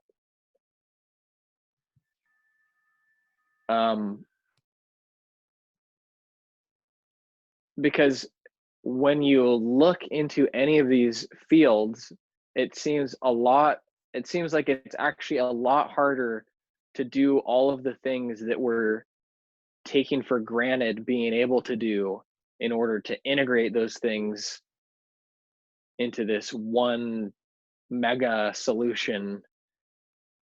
Like actually putting together all of those parts and making them work, I think is a lot more difficult than I can even appreciate now, having barely any knowledge of the things, but just knowing that the more I look into them, the deeper it goes, and the more you realize, well, this is not as, I don't know, it's like you look at you look at someone's, or you listen to a piece of music that someone created, and there's a level of complexity there that like okay, maybe you listen to the song and you get inspired to make music, but then when you start getting into it, you realize, holy crap, there's a lot more that goes into this than I thought there was. And even before I started, I thought there was a lot that needed to go into this. And as I'm going into it, I'm finding out there's more. And so that like that same, I just think it's worth being cognizant of that and cautious because of that in trying to, you know, propose like,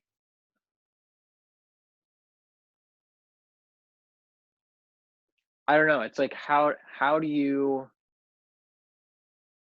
successfully get people from various specialties who know way more about you than whatever it is, how do you get them to cooperate, and how do you respect them or enter a relationship of mutual respect where you know, they're,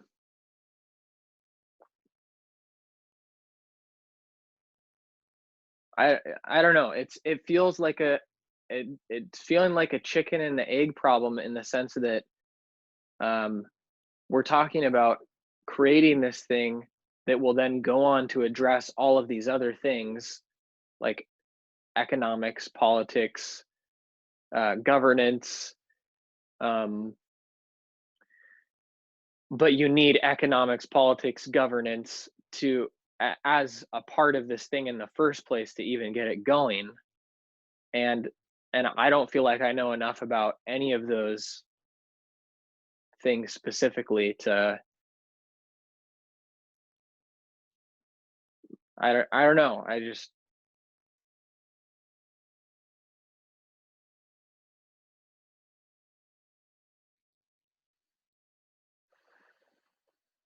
Alrighty. Well, this is I'd say a good place to pause. It feels like we're at a good inflection point. And I'm really excited to move this whole set of conversations forward about this. Feels to me like we're making progress. And at the risk of prolonging the conversation, I came up with a way of thinking about it that I think might help. The internet was conceived and built around an idea of addresses and pages and data, right? Just imagine that there was like a parallel internet for Zoom video conferencing, just a whole separate parallel internet for that. And that's all it was Zoom video conferences. And in the first internet, let's just call it Internet 1, which is the one we know and love. And then we'll just talk about this Internet 2, which is all about Zoom video conferences. Okay. In Internet 1, all kinds of great tools and stuff emerged. Reddit, you know, Google search, Wikipedia, et cetera, et cetera, et cetera. Now consider that in Internet 2, and those are all things that helped in the world of static web pages and data and this and that and the other, right? Internet 1. So all these tools developed in Internet 1. Now in Internet 2, which is an internet all about Zoom video conferences, a different parallel set of tools and web services is going to emerge. Imagine that instead of one mega solution, it's really a whole internet of badass tools and web services that help you navigate the universe of Zoom video conferences. Find ones that you might want to participate in, you know, read synopses of ones that you might have missed, right? See which ones are connected to which others. Follow Nolan around, right? So it's really a whole different universe. It's a whole different internet. It's, you know, you've heard of the Internet of Things and the Internet of this. Well, this is the Internet of Zoom video conferences. And what does that internet look like? And that's more than a 5-minute conversation. So I do need to help Melissa. So I'm going to pause recording.